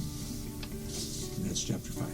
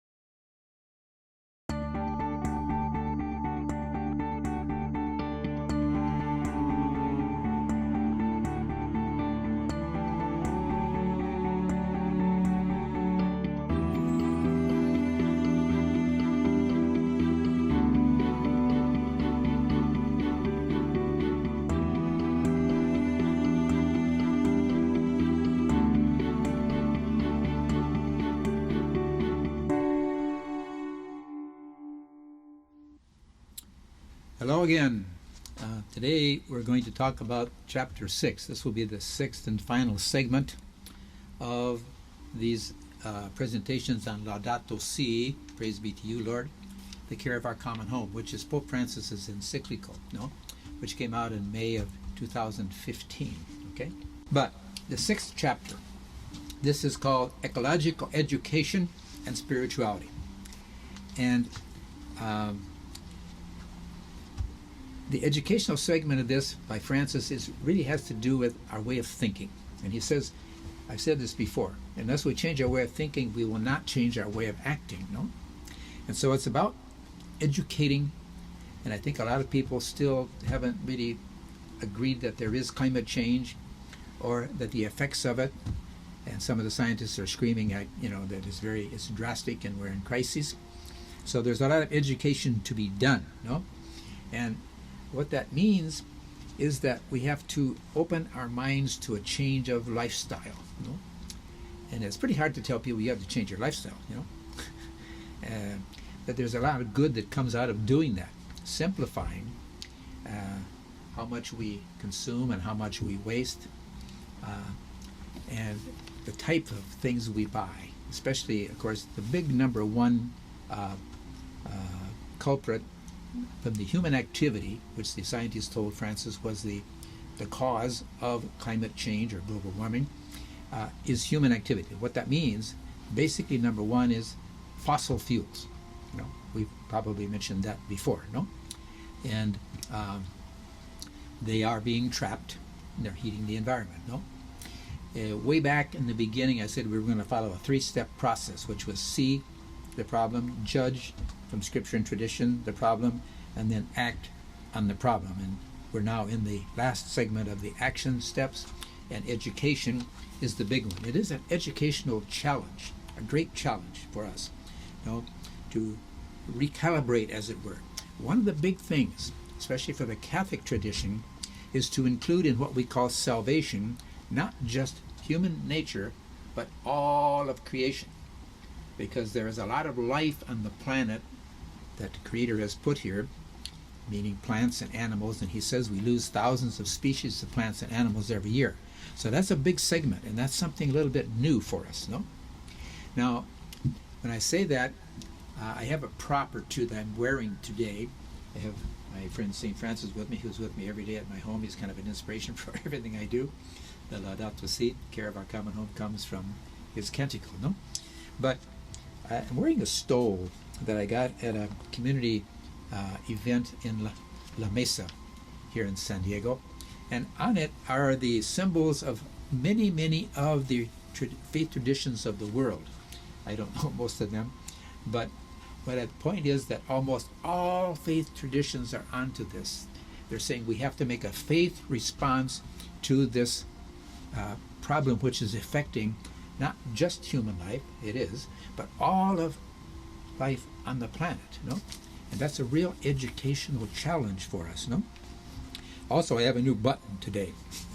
I went to a 3-day work training session in Los Angeles with about 4 or 5 other people. Three of them, plus myself, are from my team here in the diocese.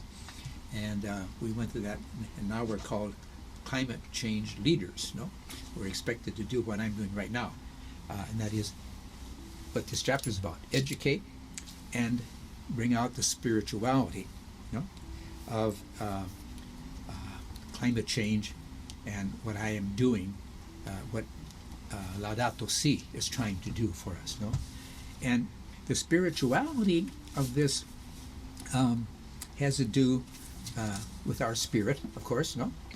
And I was asked that question at KPBS months after it came out, and I read the encyclical, and I went, first question that Maureen Kavanaugh asked me was, Father, why do you consider this to be spiritual? And my first thought was, gee, I wish I got the questions first, but I said, well, let's see now. It has to do with what's between this ear and this ear. She said, excuse me? I said, it has to do with our values. It has to do with our attitudes. It has to do with the way we think. And the way we think changes the way we act, no? And for a Christian, our tradition has always raised up for us moderation, no? There's an old phrase in Latin, in medio state vir. I had to think for a minute there, which means virtue stands in the middle, no? Everything is good in moderation, no? Right now, what we're doing with our consumption and our fossil fuels is way beyond the moderation, and is causing a real problem, no? But going back to that spirituality idea, is simplifying our lifestyles, no? Rather than saying change your lifestyle, just simplify it, no? Throw away less, eat less red meat. I read sometimes, we should have one meatless day of the week.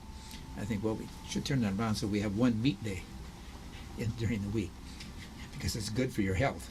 It's good for your pocketbook, but it's also very good for the environment because of the amount of methane that's put into the air by the animals, and also the amount of water that it takes to produce a pound of beef, no?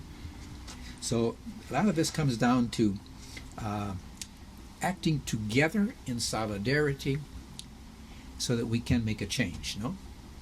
And sometimes this sounds very negative, and people feel overwhelmed because you say, well, this is a global problem, why are you talking to me about it, Well, I think it was Desmond Tutu from South Africa, an Anglican bishop, who said, every one of us is part of the problem, every one of us is part of the solution. And that's very true. Every person, even the children in the grade school, get it. The thing about not throwing away plastic bottles. They know that there's a garbage dump in the middle of the Pacific Ocean that's the size of Texas. I just heard the other day that a ship left San Francisco going out, and there's a crane on board to try to lift some of that stuff and get it out of the ocean because it is killing marine life, no? Not as much as the temperature of the waters is, but it is killing it because they eat the styrofoam, they eat the plastic, and they disguise it or they think it's food. So spirituality of this has to do with those attitudes, the values, and it has to do with our stewardship of the earth. You know? What are we doing with the gift that God gave us? You know? Creation and everything on the earth. And I probably already have mentioned what Patriarch Bartholomew, the kind of the Pope, the Patriarch of the Eastern Orthodox Church, he said that for humans to contaminate the air, the water, and the land, these are sins, because an offense against another human being or against creation or nature is a sin against the Creator. No? We don't have that right. No? And so our stewardship of the earth right now is a little bit probably disappointing to our Creator, no? Because of what we're doing with the gift that He gave us. You know, it's like somebody gives you a gift and you throw it in the trash, no? So we have to change our way of thinking about what we are doing, and especially in regards to those fossil fuels. That doesn't mean that there isn't change taking place. There is. There are a lot of things happening, and they can't happen fast enough. I would point to, as you know, solar panels. 50% of the parishes in this diocese of San Diego now have solar panels. I'm surprised. I go around visiting parishes a lot, and wow, they have solar panels. Or there's a machinery working in the parking lot putting in the carports to install the solar panels, no? So that's one of the things. The other thing is the wind energy, no? If you've ever gone out to the Imperial Valley, when you get to the top at the 4,000 foot level, on both sides of the Freeway 8, there are those windmills. If you go up to Palm Springs and Palm Desert, it's full of them. It's loaded with them. But in the Imperial Valley, when you hit the floor, which is sea level, you see more mills, more windmills. And then you go a few more miles and you see acres and acres of solar panels, no? That tilt with the sun to the east and to the west. So it's growing. Some countries, Bolivia for instance, it went off the charts because they put money into it.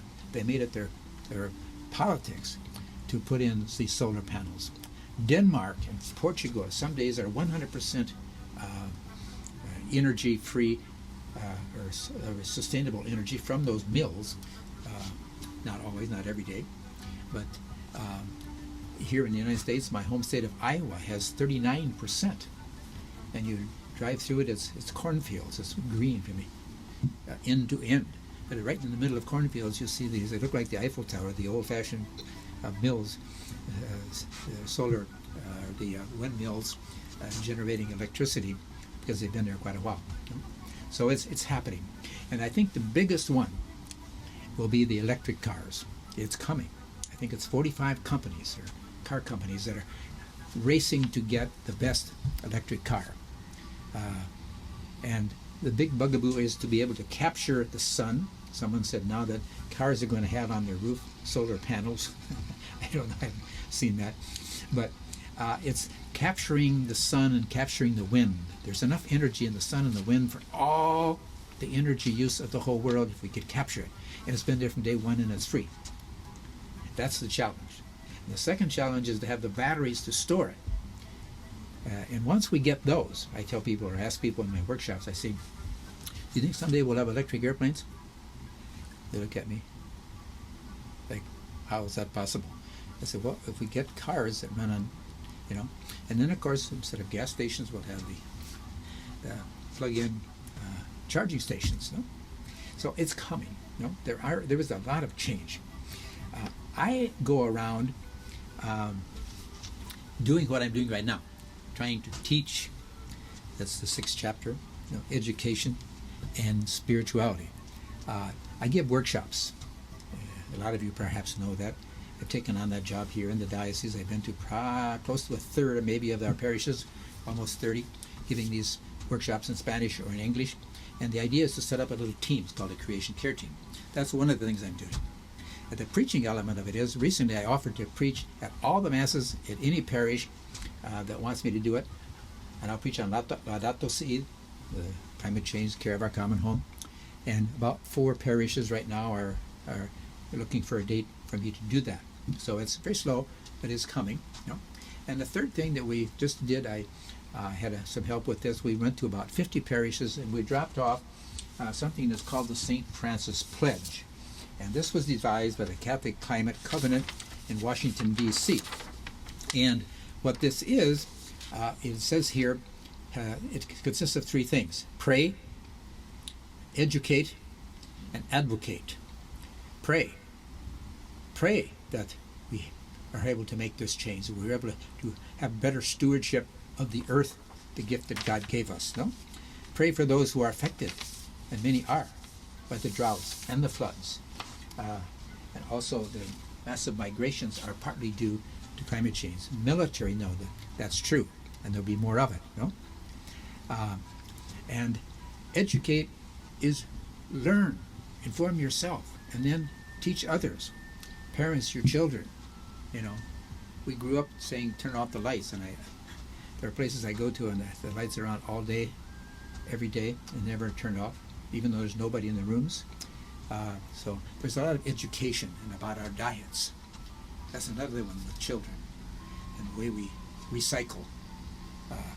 And there is a program underway by one of our parishes. We're trying to get it into the diocesan pastoral center, and if it works there, we'll probably bring it to the parishes, where all the things that get used in the cafeterias or in the lunchrooms at our parishes are biodegradable. They're made of cornstarch and the leftovers of sugar cane, so that when they go into the garbage into the landfill, they disintegrate rapidly. No? The other thing that's probably even better than that is going back to the old glass and plates and cups and saucers, but then we have to wash them. No? But so there's a lot that we should do to educate ourselves and then reach outwards. No? And finally, advocate means we have to put some pressure on our leaders. I remember I probably mentioned to you Teddy Roosevelt about the group that went in to see him to convince him of something. He said, okay, you've convinced me. Now go out and bring pressure on me. In other words, how much force you got behind you? How many votes do you have?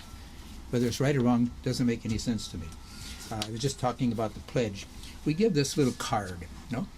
And it's a nice picture of St. Francis, and it says, pray, educate, activate. And then the people say, well, what am I supposed to do? And you say, well, turn it over. There's 10 things there you can do. No? And these are things that children can do, youth can do, every one of us can do, in our home, in my personal life. And then, of course, into our community and on out. And then do things like, I just wrote an op-ed to the Union Tribune here. For some reason it didn't get published, but I sent it out to a whole lot of other people, and saying that we're the biggest addiction in the Americas right now in the United States isn't alcohol, it isn't pornography, or isn't drugs. What is it? Oil. And that's one of the addictions we need to work on, you know, together. Because it's kind of like together we can do this. I remember it just popped into my mind now, the phrase from Cesar Chavez, the great Californian, who said, "Si se puede." You know? Yes, we can. You know? We can make a difference.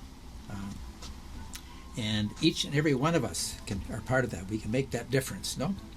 And it's up to us to do that. No? It's a moral responsibility, no? There's a song, and we sing it in English at the masses many times, and I'm sure you've heard it at least once. Go make a difference. You can make a difference. You can make a difference in the world. And I like to change one word. I say, go make a difference. We can make a difference. We can make a difference in the world. And so together we can do this. We can pray. We can educate. We can activate. And yes, things are moving, and they need to move perhaps much faster. The Secretary General of the United Nations recently spoke saying that we're at the tipping point, that this is crucial. Dr. Ramanathan, who's the Hindu scientist from Scripps Institute, was on the Pontifical Institute of Science, also recently published an op-ed in Union Tribune. And he said, you know, We can't depend totally on technology. That's a big part of it, but that's not all of it. We also need strong laws. We need leaders and leadership, and we need society to transform. That's you and I and all of us, no? And once we do it, then we can reach out and push upward, you know? And so the only thing we can't do, we shouldn't do, is be indifferent. There's a man by the name of Edmund Burke, I believe is English. He said, all that's needed for evil to triumph is for good people to do nothing. And so you and I can't do nothing. So go make a difference in the world. Thank you very much. It's been a pleasure. Okay?